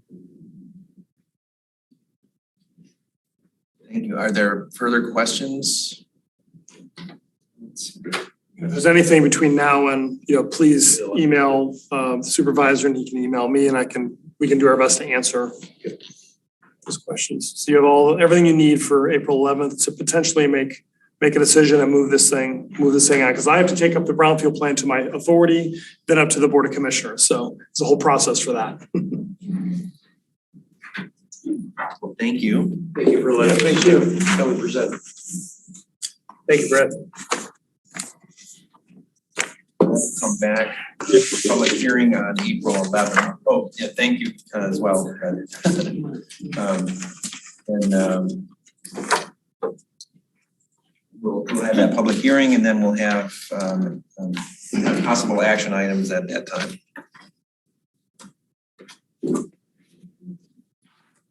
That brings us to unfinished business. This is the possible action on budget amendments. The first of these, I will turn to Township Manager to introduce. Last week, we did, I think 43 amendments to the 22-23 budget to make sure that we were in the right position for year end. We did 43 of them. We should have done 44. We missed one. And so what you have in front of you today that makes reference at the bottom of the page to the Fire Capital Fund was on the our intended list, didn't make it onto the ordinance, or rather the resolution. So we would encourage adoption of this resolution before the end of the year so that we were on the, we made the appropriate corrections. This, as I said, is simply an oversight on our part. Last week, it should have been in that long list and it wasn't, we missed it. So if everyone has the resolution in front of them, that's resolved that the general appropriations of Scio Township for the fiscal year beginning April 1, 2022 and ending March 31st, 2023 complies with the balanced budget requirements, and the following fund appropriations are therefore amended and approved as attached here too, and specifically Fire Capital Fund 431, activity 000 would be modified to have expenditures of $35,000. Additional expenditures. Additional expenditures, right? An increase. Is there any further question or discussion? Is someone prepared to move? Okay, moved by Trustee Carey. I'll second. Seconded by Trustee Brazeau. Please call the roll. Noel? Yes. Carey? Yes. Brazeau? Yes. Palmer? Yes. Hathaway? Yes. Motion carries 5-0. Okay, now the other item, this is, I will explain. So if you looked at the minutes from March 21st, you will have noticed that when we were approving the resolution with budget amendments, it included a number of SADs that were having adjustments. And at that time, I said, I had some concerns. I wanted to look into it, see what the impact would be on those SADs. And since a week ago, I've been trying to hustle and get that information. Some of you have had an opportunity to talk with ahead of this meeting about some of the things that I, working together with the Deputy Treasurer, found. I had expected to bring more resolutions, but then just this afternoon, Rod Taylor weighed in, Mark relayed that it's not necessary to make those adjustments, that in a sense, any questions about cost allocations, which is what a lot of those adjustments were, those amendments were related to with the SADs, that those questions are things that don't have a deadline of the end of this fiscal year. In a sense, because we've given ourselves correct me if I've got this wrong, Mark, but we gave ourselves the room by approving those budget amendments to make those cost allocations during the year-end closing period. But we may or may not choose to do that, depending on what the board decides to do, but we don't have to decide on those questions this evening. However, there is one thing that I would ask that we do adjust, and it has nothing to do with cost allocation. It has to do with a particular SAD that is done. It's done collecting revenue. It's done paying for the cost of the project. Somehow it resulted in a negative cash balance of $2,021.64. So in order to finish this SAD, what I'm proposing is that we authorize the transfer from the general fund 101 fund balance of the amount of $2,021.64 to the Park Road SAD Fund 401, so that Fund 401 may be closed by the end of this fiscal year. We had a conversation about these different issues earlier, but thinking about this SAD for Park Road, and I believe that was for the paved part, Z. To the east of Z. Yeah, so this, after everything is paid off, after the 8 to 10 years or whatever we decided, so we should close these out, and we haven't been paying attention to them because we have, if we had a finance director, a lot of these would be just closed out at the end. So would we even need to pay this or reimburse it because that was a cost allocation, right? Or was this already paid and then we need, because it wasn't closed out? Or is it just because it's in the budget for this year or this end of year? My understanding is that this is what the bottom line is after the expenses, et cetera. And this was probably the result of many people paying off their special assessments before the final year in the term. And we went through low interest rates, there's a lot of things that contributed to that. So did they pay it off? Did all of them pay it off before? No, many do though, many do. Okay, so I thought maybe they just got together or, individually and it just so happened they paid it off in time. Yeah. It can happen, it can either happen up front. I mean, you probably understand this, when the SAD starts, people have the option of paying the lump sum, but also if a property is sold during the lifespan of the SAD, then it's paid off. Well, under Public Act 188, it's not supposed to be that way. It's supposed to go to the next property owner. It states it in Public Act 188. Always required. The practice in Scio Township has been the law trumps the resolution. Well, what happened here is what it is. Yeah, but what I'm saying, nobody's complaining because they don't know and they haven't read, but if we're gonna do things properly, we're gonna do them properly. So with that said, putting this, this extra or this money in the negative or the negative balance is because this was, what's the reasoning behind this? That's what I'm trying to get at. I think it's like I said, it's different factors involved that created this. Was this here when the last payment was made? Because I believe it was 2022, winter 22 was the last payment. That's a good question. This did come up before. There was some discussion of this last summer.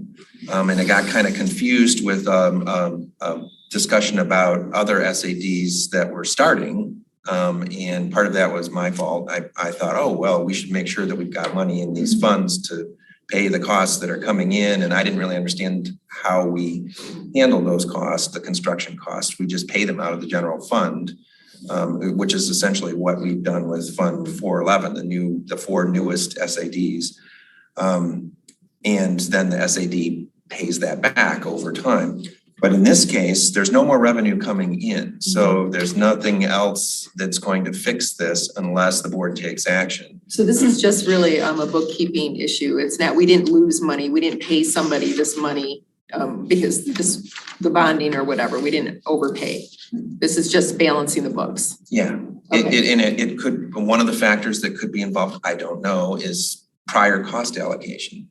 So it's possible that in the past, the township taking a modest amount from this SAD every year to help cover audit costs contributed to this situation where we find ourselves at the end with a negative cash balance. Or maybe that we paid so much more for recent audits than we maybe expected to at the beginning of the SAD. And the only worst thing you can do is spend $3,000 to figure out why you lost the $2,000. Sure. So I don't want to do that. No. So let's. Wait, before we go any further though, I do have a sort of a technical question. The other budget amendments that we made were made by resolution. And I'm wondering if this needs to be a resolution. This is not the same? This is not a budget amendment. I see. This is a transfer of funds from the general fund, and I guess I want to make that clear. This action is distinguished from the action we took a moment ago, which was amending the budget and increasing the appropriation in the fire capital fund. That's not what this is. This is if something were to happen, it would be a transfer of funds from the general fund into Fund 401, a different action. And then so I don't have to worry about working this up as a resolution. No. And once this is paid or transferred, then we can close this SAD down. It'll be done.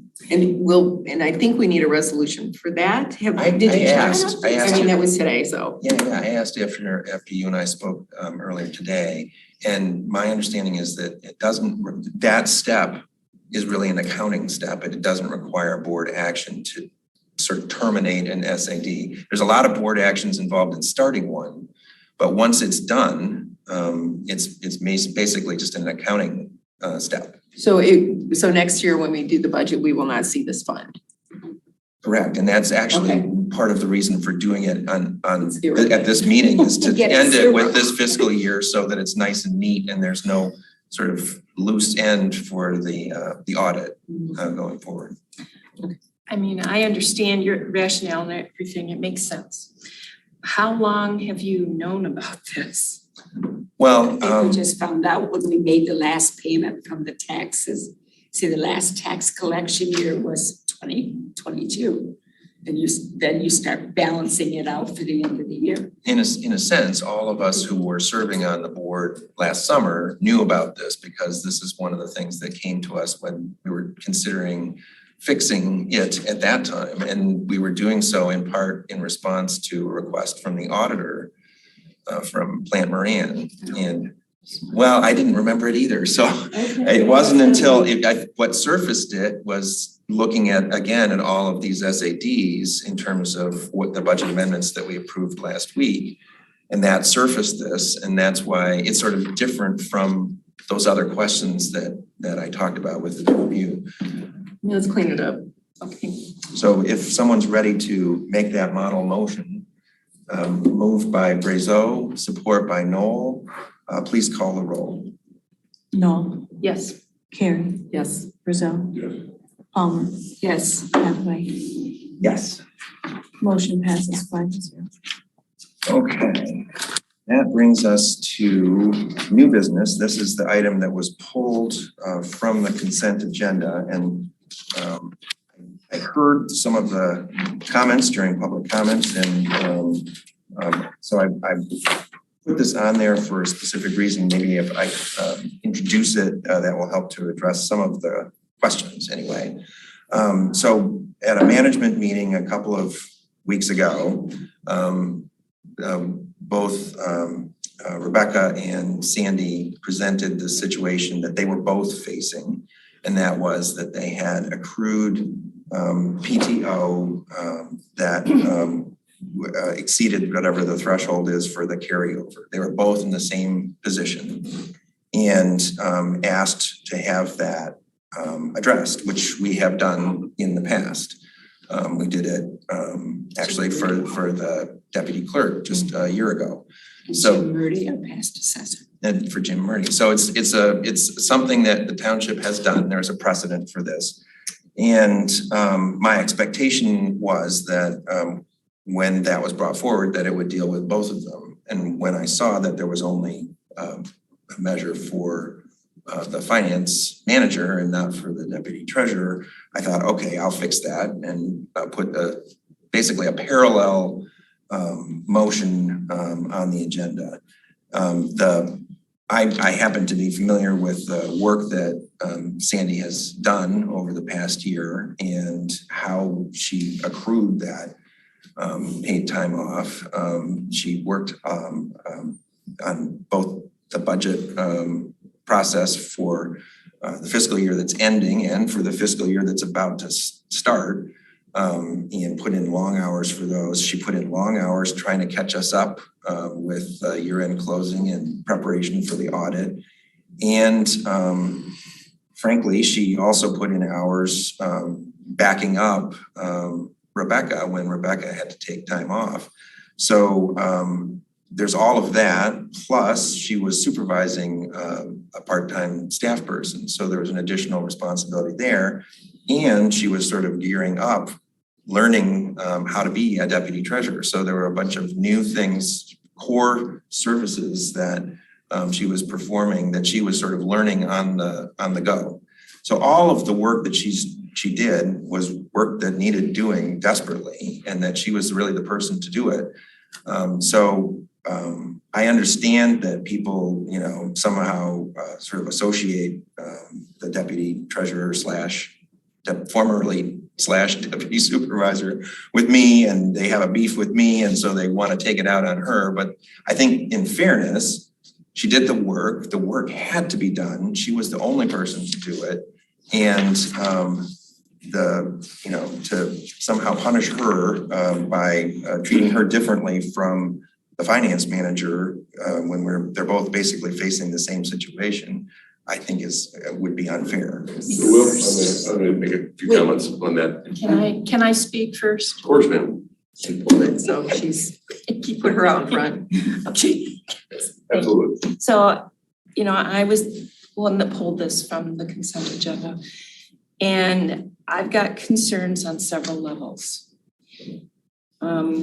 Rebecca had extraordinary circumstances, care for a sick child, the death of a child, and no such extraordinary circumstances exist here.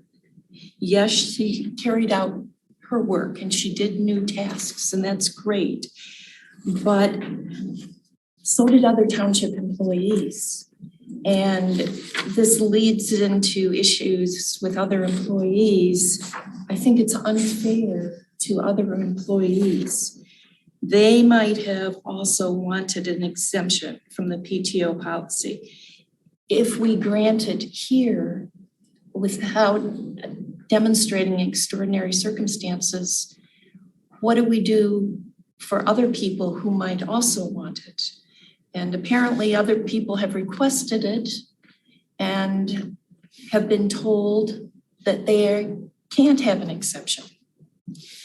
So I get, well, I'm in house all the time and I hear it all. When I'm done, I'll let Mark comment on that. Another concern I have. Sandy has stated publicly that she intends to retire within this next year. And that's fine.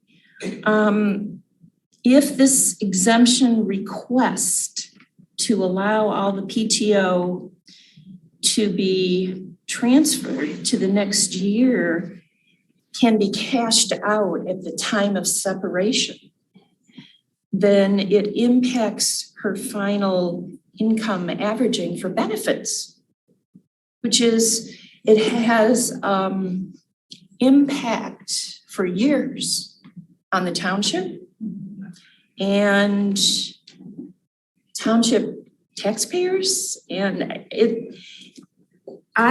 so in summary, I feel there are no extraordinary circumstances here. It's unfair to other employees. And this exemption would likely impact final income averaging when Sandy does leave, and I don't think that's fair. So I will not be supporting this. I've got just a real straightforward comment. This is just basic, human resource management 101, right? First off, you have to have an extraordinary reason why you gave an exception to somebody. You have an extraordinary situation here where this poor woman lost her 13-year-old child. That is an extraordinary circumstance. When you start making an exception for, well, she worked real hard, well, I worked real hard, or he worked real hard. She's a 6-figure person. I expect her to work hard. And I'm sure Sandy does a great job at it. I have no doubt. Now, this is not, it has nothing to do with Sandy. This is just in general. Because now that the fire chief's assistant is gonna say, well, wait a minute, I worked hard, or this person can say, well, I worked hard. So now it's no longer an exception, you now kind of just do it for everybody. So it's either everybody's all in it or nobody's in it. But you can't do this, hey, I saw this one person work real hard. And I'm not saying, I have no doubt that Sandy did. I'm not trying to, discredit her in any form or matter. But what it's doing in effect is discrediting everyone else. And that's not reasonable, right? That's gonna cause a lot of angst with the other employees. I would feel jaded if I went and asked and said, well, wait a minute.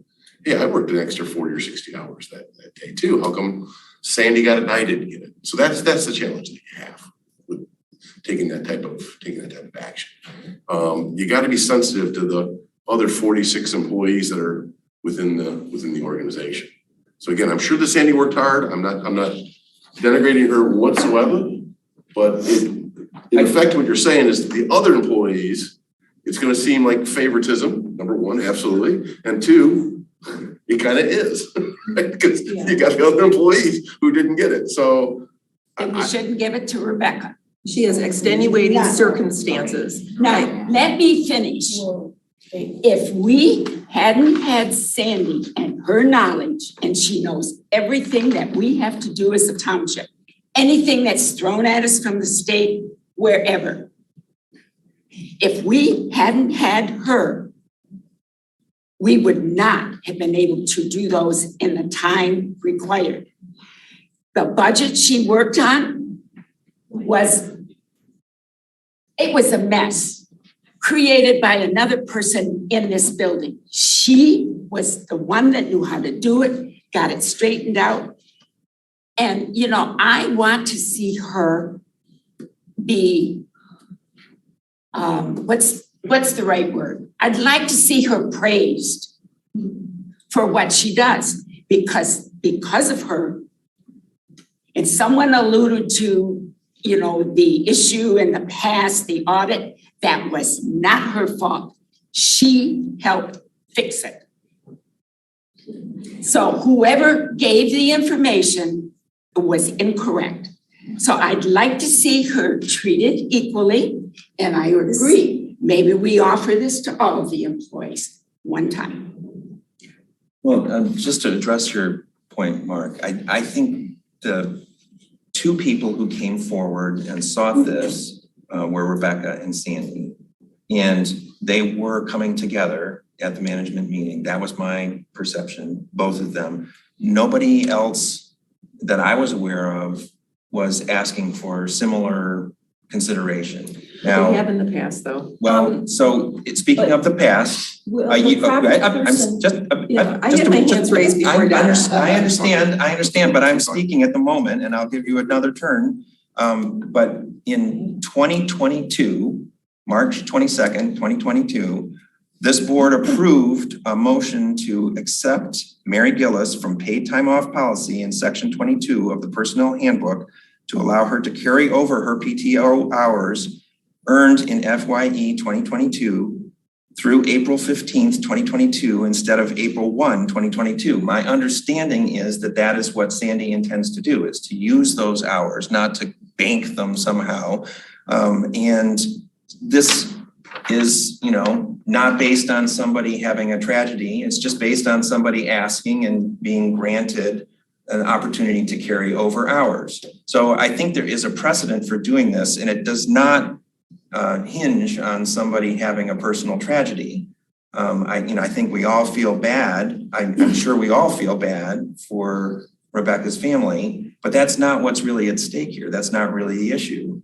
And I think to sort of turn it into that, I think is, sort of twisting the situation. It's really two people who came forward and asked for this to be done. I don't know of anyone else, any other employees coming forward and asking for this. And we have treated other employees similarly, just a year ago. So what I would tell you, what should be done is there should be a very clear policy. I had my hand up. Oh, I am so sorry. Okay, That's a your- long time before Donna I even, am so sorry. I am tired of this and I'm gonna speak up from now on. Okay, Trustee so- Carey, please, you have the floor. Sandy became deputy treasurer and supervisor, correct? The board voted on that. That was before I came along. So it's by statute that the board sets her salary. The board voted on her salary to stay the same as what she was making. Now she gets cost allocation, $110,000, including benefits. She is the highest paid employee in this township. She's also been granted overtime for attending meetings, which when one of you, treasurer or supervisor, she is to come to a meeting. She's been charging overtime for that.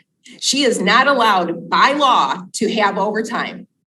That's in a statute. So we're giving her special favors where other people are not. When it comes to Rebecca and what Rebecca went through, and she worked a lot when she was at home taking care of her child. And I'm sorry, but there's been a lot of issues with audits going way back in time. And there's a common denominator by who was doing all of that. If we had a finance director that we approved a year and a half ago, then that finance director would be doing a lot. And what should be happening. I mean, even talking about SADS today, how much of a mess, but if we had a proper finance director, we wouldn't have all these messes. So I am sorry. Sandy's getting favorites. That's what it seems like because nobody approved her overtime except certain people and that should have come to the board and it didn't. I'm finished. Okay, Trustee Brazeau. I was just moving forward that we define a policy. Right, and that way this doesn't happen. So when they're what is an extraordinary circumstance? Right, when is an exception made? There's always gonna be exceptions to any rules. I think is one of our residents talked about earlier about rules and signs, right? It's less freedoms, but there has to be some type of very clear policy that's defined when something like this happens. So there's no of favoritism, which this right now to many residents and to many folks here on the board appears to be. I'm not saying that it is, I'm just saying that it has the appearance of that. That's all I'm saying. Perception is always a problem. Yes. So with that, why don't we just take a vote and we just call this a. Mark's trying to speak, the other Mark. Well, I wanted Mark to speak. Oh, okay. In response to a couple of comments, I told people who asked me if they carry over some time, I said, no, you can't. So there were people who were turned down because they came to me and I said, no, you can't do that. And I guess the other point I would make as it relates to the management meeting that you referred to earlier, and this board decision, not my decision, but not everybody gets invited to the board meeting or to the management meeting. So people who have spoken up, had they been at the management meetings, aren't at the management meetings because they are not part of the management team. So the nature of the discussion at the management meeting is limited to the people who are there. Many of our folks are not there. Just 2 points of clarification. And I just want to point out also, when if people came to you, wouldn't the proper approach have been to refer them to Mark? In terms of this issue, this is an administrative issue here at the township. And he's the chief HR person at this time. This is an HR issue. So anybody, you said, oh, nobody else came to you. Well, you're not the person they should have gone to anyway. They should have gone to Mark. And something did. I understand. Mark and I have had a conversation about this. Both the agenda item for granting the PTO extension to Rebecca and the one for Sandy came after Mark and I had talked through the agenda. Neither one of those things had been dealt with. And when I saw the one for Rebecca, I was reminded that this had come up from both of them at the management meeting. And I thought, oh, well, obviously, given the precedent from a year ago, the way that this happens is that, the person to whom the person is making the request for, to whom they report is the person who puts it on the agenda. So I put it on the agenda for Sandy since there was already one on the agenda for Rebecca. And I was following the model of a year ago when Jessica put one on the agenda for Mary.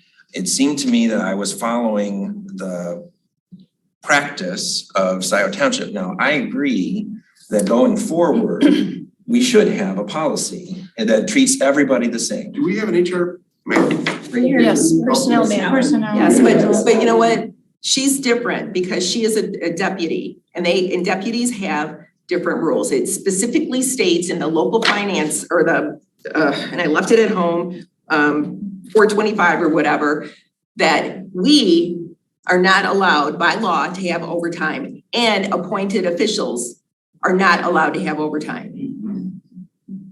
So even though this states something, the law trumps it. So the overtime issue is a separate issue. I'm not saying it's not an issue, but it's a separate issue. Right now, what's on the agenda is PTO. The PTO. So why don't we just go to vote on the PTO and Are you calling the question? Well, he doesn't have to call the question. We can just vote. Okay. So I would make the motion that wherever it went.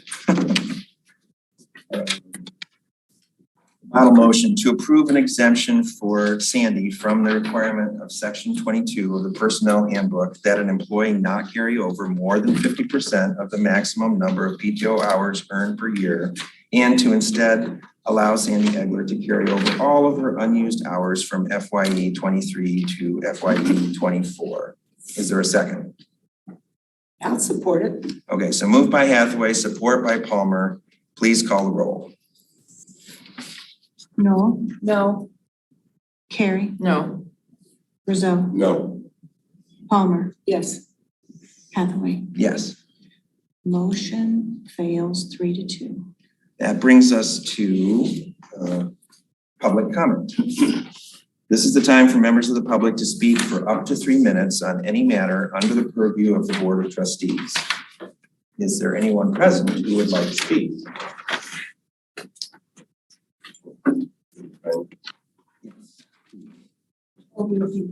This is gonna be so brief. Okay, Pat Stein again, talking about the same issue, G4. Treasurer Palmer, I want to remind you of something. When you are insisting that Sandy was the only person that could do this, you are forgetting a major action by our supervisor. You and our clerk signed a contract with a company, no, I'm talking with a company that was coming in because we had an emergency. We had an emergency because we're so short-staffed. So in the process of signing that, Supervisor Hathaway came along and voided it. He canceled the contract. He got a lawyer, Mike Homier, to cancel that contract. So where did that leave you with? Well, I guess it left with Sandy the only person. So why was Sandy the only person? Because you and Clerk Flintoff had good intentions and you were going to help fix the problem because Rebecca was in a horrible situation. We hadn't hired staff to replace Sandy when she moved on to be deputy treasurer. So where did that leave us with? It left us with a company that doesn't even want to do business with anymore because we took a contract you signed, and it was jerked out from under them. That's where it stood. You can respond if you want, but I have no interest in listening to something you don't remember. I do want to respond. Oh, please Have you ever do. been in business? Oh my gosh, woman, are you serious? I'm talking to personal life. Cardinal rule of business, never mess up a payroll. And that's why we got that person in an emergency situation. We didn't get You it. didn't get them. The contract was canceled. The contract was canceled. I remember better. Anyone else? Ryan? All right, hi again, everybody. A couple of ideas for you all. First off, maybe a rule of order about how we go in rotation when we speak on agenda items might be a good idea to come up with, just to make sure everyone does have a chance to be heard and it's not first to the fight gets first loudest voice, or who could scream over whoever. Might be a good idea. Seems reasonable. Mr. Thompson, one of the things I would encourage you to do is apparently the chief HR individual for the township. Welcome to that illustrious title. We can forward you that email regarding the definition of overtime and apparently the state's view on that. I would encourage us to consult our labor attorney to see if overtime is able to be paid to individuals who are apparently being paid overtime, or if that is a violation of the law and it can't happen. If the labor attorney says yay, we have an attorney opinion. If not, we shouldn't do things that violate the state law. It's really that simple in the end. I'm not going to get mad or upset at anybody's individual circumstance. I just want us to follow the law. That's kind of always been my thing throughout whenever I've talked to you guys. So I don't know. But yeah, try to be fair to each other. You know, you understand that not everybody agrees on everything. It's kind of just going to be how it's going to be. And that's great. But oh yeah, on the finance director, if we could really hire that person soon. I know we can't get consensus, but it is kind of scary how we don't have we accept resumes for a job description that we agreed to, but we can't find why we don't think the people can fulfill the job description. Seems kind of confusing to me coming from an outside hiring perspective. Thanks, guys. Sorry. We have Jonathan Greenberg. Jonathan, you can go ahead. You can have your special meeting. You can have it behind closed doors, but I want my money back, and so does everybody else in Scio Township.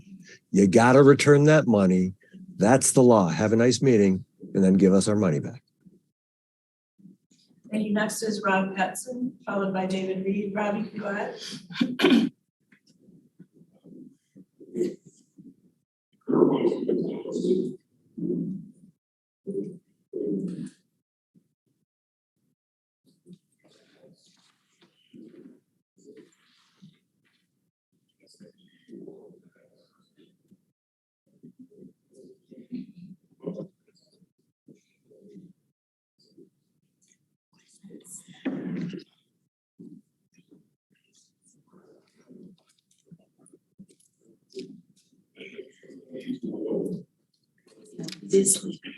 I'll say something.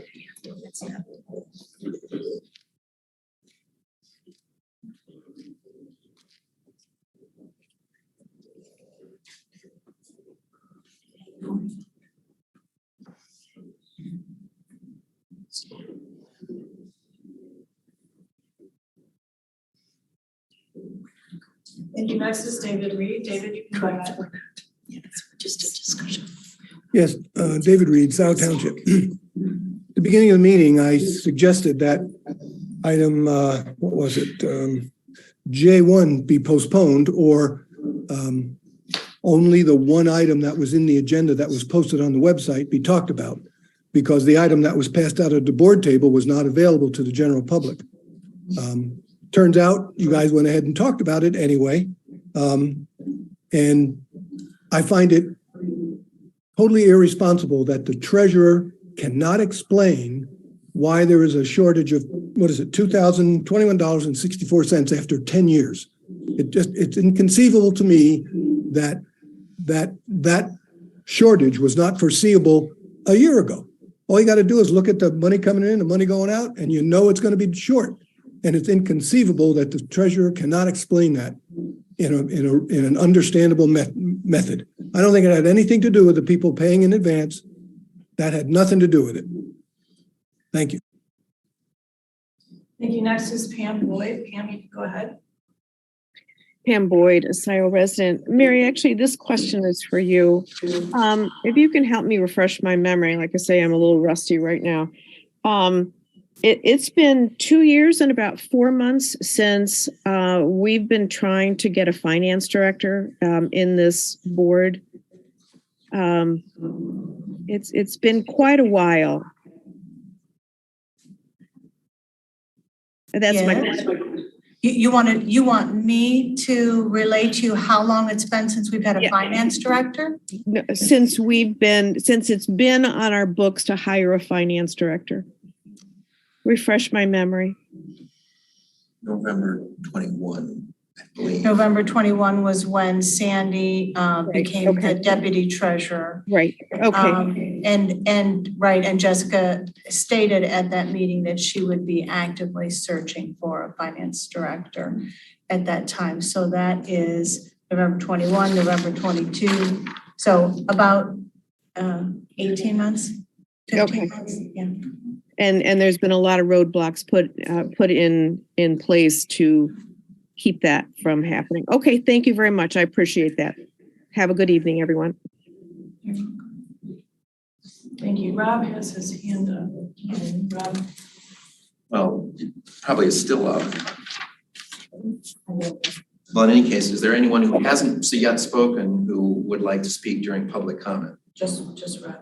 Then I wanted to we're- respond to it. All right. I mean, it may be.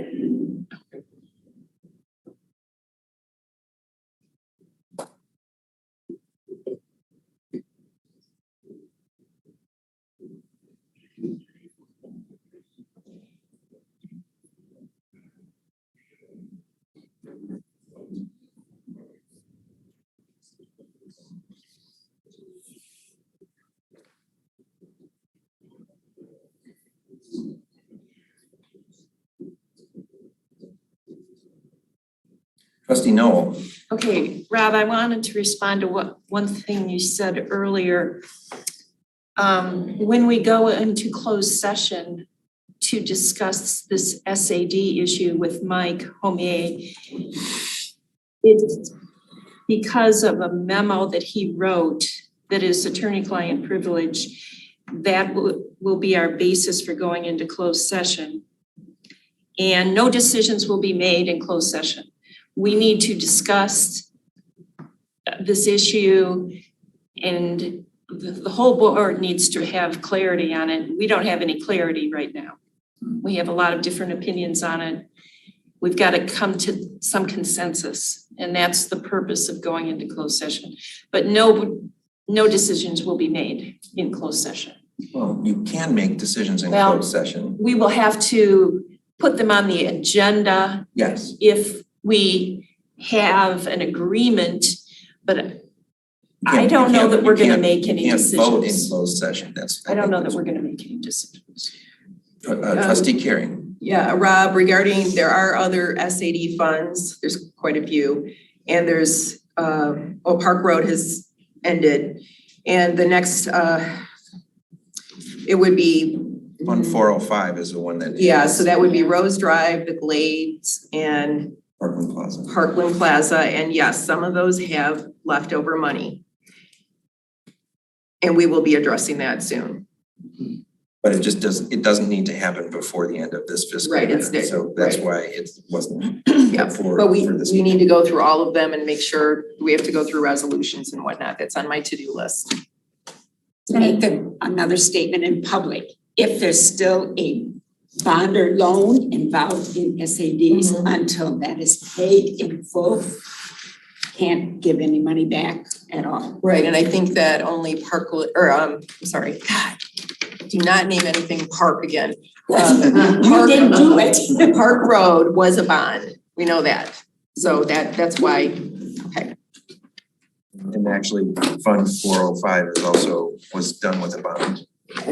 Which one's that? That's the one you were just describing. It's just a point, just a point. You're right. Okay, unless there are further comments, we have a motion to adjourn. Moved by Brizo. I'll second it. Seconded by Carey. All those in favor, say aye. Aye. Those opposed, we are adjourned. Is this some kind of record? Yes. Just asking. I think it is. 9:17, right? Wow. It is a record. Wow. Recording stopped. That's pathetic.